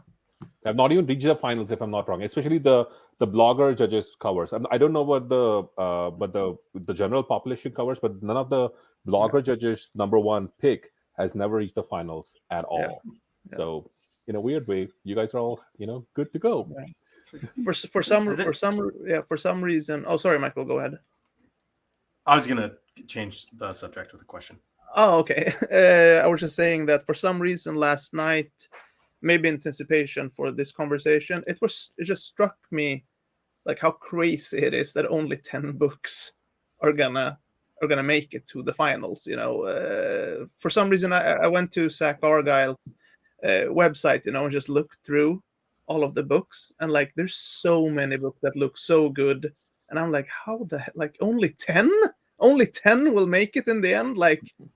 Yeah, and I don't know. It just struck me, and I thought about it way too much, and I tried to not think about it as much. But yeah, and there winds up being so many like really legitimately great books that just don't make the cut. I mean, like Ryan Cahill got bounced in the first round 2 years ago. So like and I think he's done pretty okay for himself in spite of that. So I would also say he's done pretty okay for himself. Okay, this actually now does kind of trail on what you said, Sadir.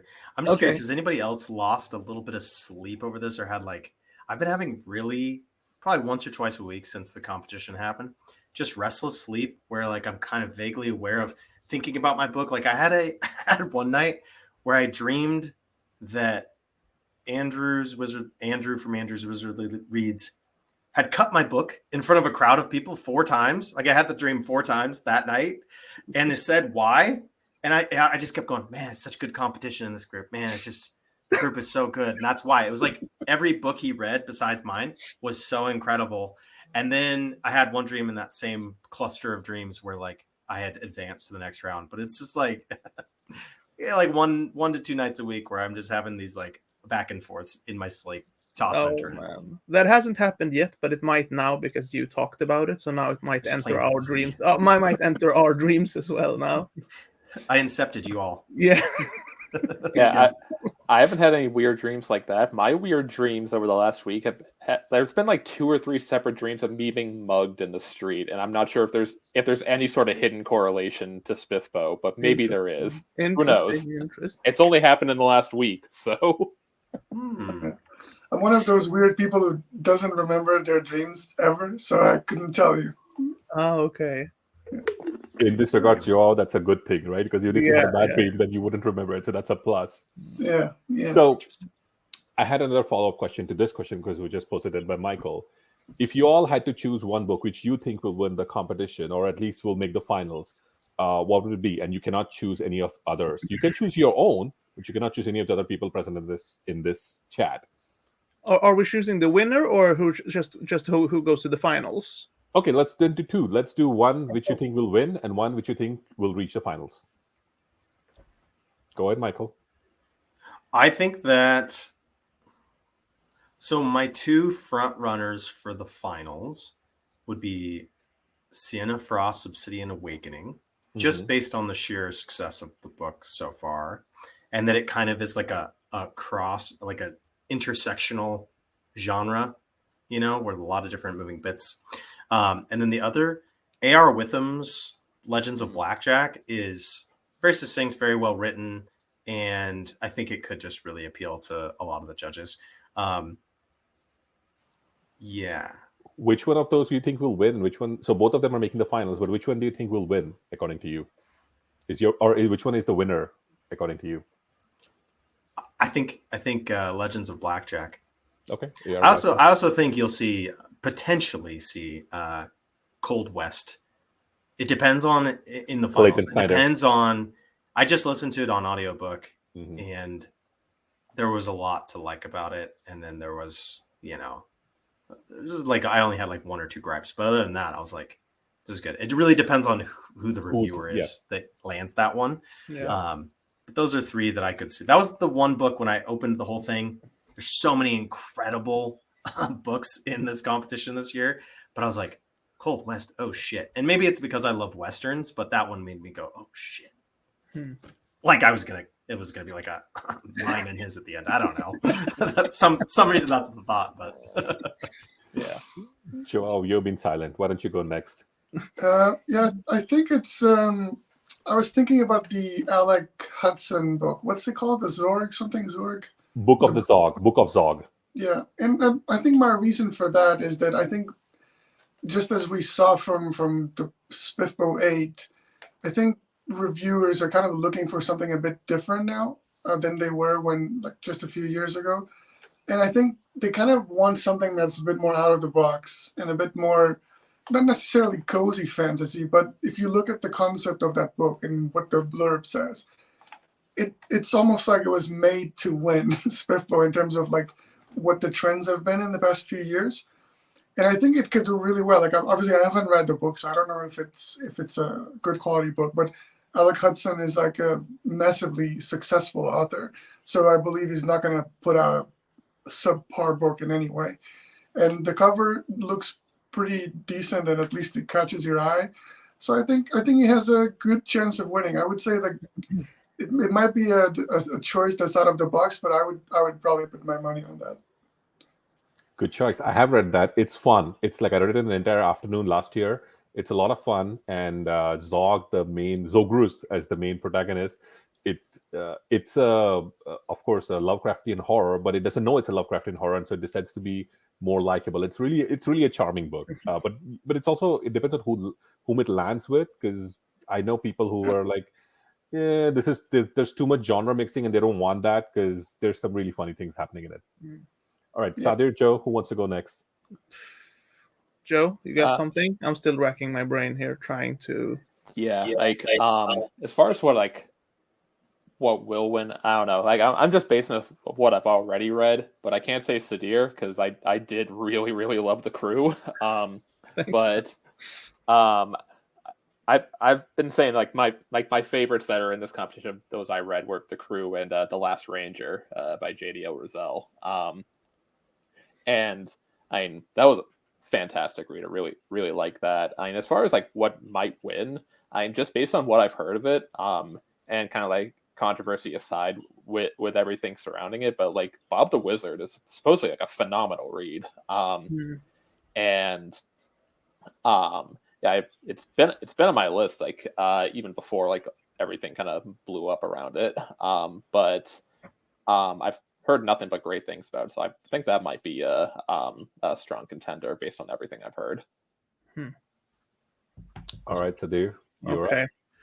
So it's so hard to predict, right? And that is kind of like what can keep you a little bit sane in this competition, because it's so much luck involved, and like what book ends up with what person, right? And because we talked about one of the strengths being the diversity of the type of books in the competition, but that also means, you know, like anything can really happen based on previous years.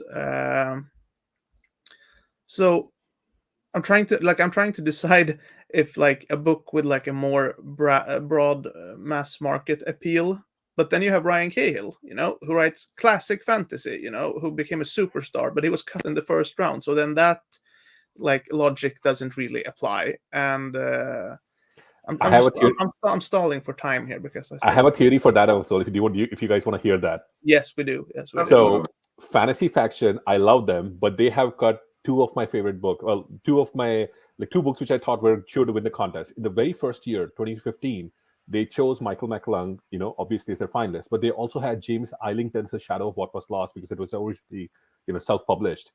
I loved that book, and I was shocked that didn't go through. But of course, after reading Michael McClung, I'm like, okay, I can see why this would be this. And also, guess what? Fantasy Faction cut Ryan Cahill. So they are actually the kingmakers in a weird way. If they cut your book, you have the potential of really making it huge. Okay. No pressure, Samir. Yeah. I'm not really looking for a traditional deal or anything like that at the moment, though. So I'd rather stay in the competition. But it's good to know. It's good to know. Okay, I feel I have to give an answer because I'm not going to chicken out. I think a dark horse this year is. What is her name? Her last name is Garcia. Bethany Garcia. BSH Garcia. Yes, of Thieves and Shadows. Ooh. Yeah. Okay. I also, she could Yeah. draw. Yeah, I think I'm gonna pick her as the winner. I'm just gonna. I have a feeling. I have a feeling about that book. It might be. There's something really special with that cover. Like that cover really stood out to me, and I've seen some. She just published it, I think, like a week or two ago, and I've already seeing some buzz around it, and I think it's like. It's classic fantasy. It's epic. It has some dark stuff in it. I think it has a broad appeal. And that cover alongside. So yeah, I don't know. It's a feeling I have that she either might do really, really well or win the whole thing. That would be my favorite cover in the whole 300, to be honest. Okay, yeah, you see. So like, there's something there, right? Fun story. She accelerated her release date. So she Joao and I were with her in a giveaway previously, and so we talked to her on Discord, and she accelerated her release. She actually asked, she's like, "Should I accelerate my release date so I can join?" And we're like, "Yeah, definitely do it." And she did it. Oh, you guys were talking to her before SPFBO kicked off. Oh, okay, yeah. Well. You might have screwed us all then, guys. No, I'm kidding. I'm sorry. I'm kidding. All right. No, it's really. I mean, it's really good that she did that because it would have been such a shame if she was planning to release it like a week after. Then you have to wait the whole year. So yeah, definitely a smart move. The reason why I asked this is because Mark Lawrence actually had put out a tweet that, for people who can predict or who can just want to say, that, oh, this is the thing that I hope will or I think will win. He's going to gift the book to them if it actually wins. So you all can actually, if you want, I can send you the tweet. You can just tweet at him like, hey, this is what I think will win. And hey, if it does, then guess what? You guys will be one of you will be the kingmaker for next year because everybody's going to be asking you what book you think is going to win. Nice. I like that. So yeah, say it can happen, right? So, I since you all mentioned this quite a lot, Michael, you mentioned that you have met some of the, you met somebody on Discord. Sadir, you mentioned that you and Joe are going to be hanging out at Bristol Con. I just want to ask you this all, who else have you met besides each other, or in Discord, in real life, or planning to meet in real life down the line, or at a convention? Do you want to tell us a little bit more about that? Sure. I can start because I have a big trip coming up. I'm going to Dragon Con this year for the first time ever. Yeah, so I'm going to meet a lot of people that are both new to me. We've interacted perhaps a bit online, but other people like Phil Tucker that I've been Facebook friends with for 7 years or something, but we've never met in person. Dirk Ashton, of course, is a close friend of mine. I think, Michael, you mentioned JCM Byrne might be showing up. We've also gotten to know each other a bit. Joao and I have been talking more and more since we got to know each other through doing Steve's podcast. And if I come over to England for Bristol Con, it would, of course, be a pleasure to meet up. Yeah, so I'm trying to, I have one thing planned for the UK and one thing planned for the US this year. And, hoping to meet a bunch of people. Yeah, I haven't met anybody. I haven't actually met anybody, even though BSH Garcia lives in my city. Okay.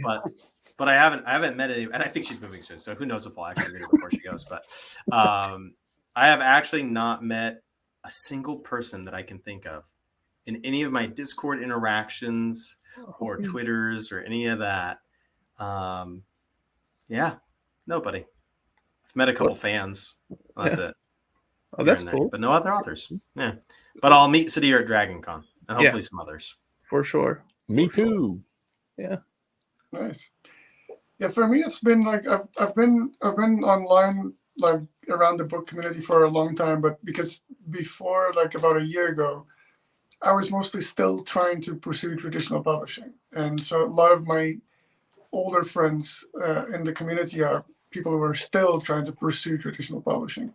So a lot of them are still in the process of writing and polishing their manuscripts, or they've already done like 3 or 4 and they're still trying to query agents and things like that. In terms of the more on the indie community, I've met Jonathan Navish Myers, who also lives here in the UK.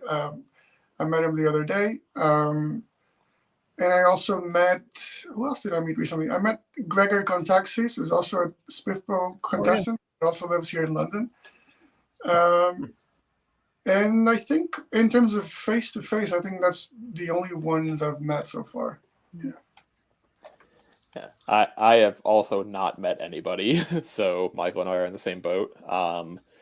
But yeah, I really like only started to interact with people like last fall. So like still kind of relatively new to everybody. But like this year, no conventions planned. I'm getting married this year, so I have different financial commitments this year. Yeah. But we'll see how things shake out. If there's something I wind up going to next year. If people are going to Dragon Con next year again, I guess I could see if I can make the trip down. But yeah, I'm trying to rack my brain of like who lives near Boston, and like the only person that's coming to mind that's relatively close is like Joshua Scott Edwards, but he lives in Pennsylvania, I think. So like I have no idea. I've really been trying to encourage like especially newer authors that I meet that are like new to the scene to really try and make it and go to different conventions and stuff and meet up. Like since I live in Sweden, right? I have no one. I have no one over here. I write in English, I publish towards the US and UK market primarily. So like I was basically forced to start traveling to the UK to actually meet someone because nothing is happening over here, right? So in the beginning, I was a weirdo who was just traveled, not knowing anyone, super awkward, not something I'm comfortable with doing when I don't know anyone. But as you guys have picked up from being online, like this, the community is so supportive. So when you meet up in real life and you're like, hey, I'm here from Sweden, I don't really know anyone, immediately someone will be like, you come with me, you're with me the rest of the evening, And for me, that was actually Christian Cameron, big time author. The blank has written so many books. Mihir, can you help me out? He's Aries. He's the guy who wrote Alexander, Aries. He also writes under Christian Cameron and Miles Cameron. Miles Cameron for the fantasy Red Dragon Knight, and all of those series. Yeah, so he's like a traditionally published author, and I'm like over there in England. I don't know anyone, and I mentioned that I didn't know anyone, and he was just like, "You're hanging out with me tonight," and then he just took me around and introduced me. So I'll never ever forget that interaction and that evening because of it. So I highly encourage people to do these things and really invest in it because it's a wonderful thing. It really is. And Sadir was super kind enough to do that for me when I last year went to BristolCon, that he was just kind enough to be like, okay, this is what we do. Here's where we catch the train. Here's where we stay. So that was super fun. So highly recommend that. So Joao, I hope you have a lovely time with him as well in BristolCon. Oh yeah, I'm gonna spend some time, pick his brain on a lot of things. We're gonna talk a lot of stuff for sure. Definitely. Yeah, it's a really nice con. It's so small, in a small town in England. It isn't even in London, you have to like travel to London and get from London to Bristol. And it's a tiny, tiny con, but it's super relaxed, right? Mihir, it was so nice to just super fun. Yeah, it's basically just sit around in a bar 2 days, Yeah. you just talk book stuff and writing stuff with other nerds. Yes, exactly. I love it. Yeah. Mihir, is it advisable? Sorry. Yes, sir. Go on. I was gonna say, there's cons in Portland, aren't there? There's Rose City Con. Oricon, there's Rose City Con, and there's like the Emerald Con, which is the bigger one in Seattle, which is kind of where I know this year, I think Bryce O'Connor and a couple of other people whom I know from Dragon Con are going to be coming in. That one I would recommend. Joe, firstly, also many congratulations to you. That's awesome news. But hopefully I'm looking forward to meet you, in Dragon Con, and maybe whenever you're up in Portland, just give me a shout out. We can meet up at Powell's or something like that. That'll be fun. That'd be awesome. I need to get your book signed as well, because I have two of those. I have Joe's signed book, I have Sadir's signed book. I can get yours, and Joao, if hopefully I get to meet you next year, either in BristolCon or maybe WorldCon. And Oh I yeah, will we get got yours as- WorldCon next Yes. year. Yeah, in- Glasgow. definitely going to go to Worldcon for sure. yeah. I'm getting my Give me book the signed from rundown. you over there then. What's that, the Mike? rundown on Worldcon? So I think all of the indie fantasy people, especially from, I think this was what everybody was telling me from BristolCon, like everybody's planning to meet up over there as well. The last time it had happened was in 2019, and everybody had gone to. Sadir, do you know where it was in 2019? Yeah, it was in Ireland. Ireland, yes. So it was like a big deal, and in Dublin, Ireland, and Yes. everybody had went over there. It was like hugely successful. It was, of course, Fantastic. for the indie crowd, it was just like getting to meet with the traditional published people, but also themselves. So that's kind of going to be like, and I think, and I could be wrong. Mark Lawrence is planning something SPFBO related over there. Like he could have. Last year we had like the coin ceremony for the first time. Oh, I wish I had them right here. I have them. I have one or two coins over here. So he had those ceremony over there in BristolCon, and I think he's wanting to do that on a bigger scale or at Glasgow. So that would be amazing. I'm actually getting married that weekend. well, I looked it up.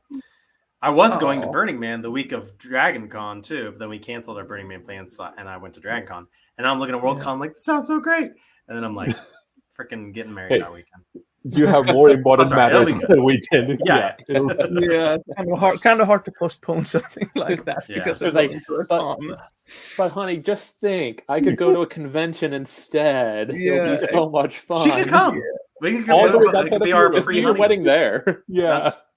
We don't care. We'll definitely. We're gonna wear fur coats anyway. We'll look. Yeah. We'll fit Hey, in. then We're gonna look Scotland? like. Scotland Oh. is a wonderful place to get married. So you you might go. want to just try that for 1 year. You have 1 year Pivot. to plan. So I like it. We're gonna pivot. This is great. Thanks, guys, for the wedding All right. plans. You're all wedding planners now, honorarily. Super. I'll be there. all right. Well, I just want to thank you all because I know it's really late for Sadir and really late for Joao as well. But thank you nonetheless to all four of you for letting me interview you and getting to talk to you all as well. For all our viewers, can you maybe before we end this, can you just tell us where you hang out, where they can find you, and where they can buy your book? Yeah, I'll go. So I'm on Twitter a lot. You can follow me at Joe_Lee__. I'm on Discord a lot. I'm on Instagram a lot. Same as my Twitter handle. You can buy my books on Amazon, and I have like a books to read link on my Twitter page that you can pick from if you would rather not do Amazon, which is understandable. We don't need to give Jeff Bezos another skyscraper yacht. So Joe, why don't you go next?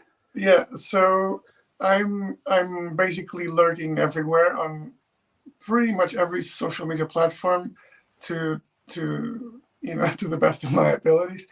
I'm probably most active on Twitter just in terms of chatting with people. Like normally I respond to pretty much like everybody who just decides to comment on the crap that I post.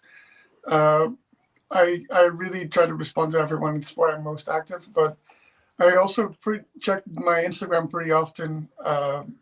And I'm basically on all social media, I'm always Joao Silva Writes, and that's basically my handle for everything else. I also have my newsletter that people can subscribe to, and if you do that, you get a short story for free.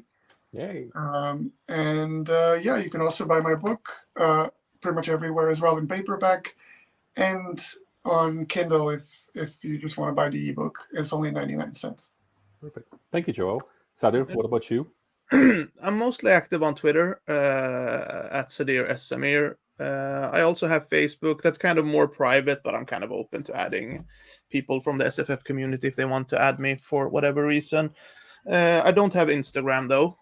I'm too old for learning something new. So Instagram and TikTok are not on the table for me, at least right now. What else? I did release the audiobook version of The Crew just 2 weeks ago now, I think. So that's available on Audible, which is pretty cool. What else? I think that's about it, right? You can buy the book at Amazon. You can buy it at, I think it's available at like online Barnes and Noble in the US, Yep. like It is. Waterstones. Yeah. And also, oh man, I forget their name. But if you're in the US, there's a indie bookstore called like Owls. something with Silver. Silverstone books. Silverstone.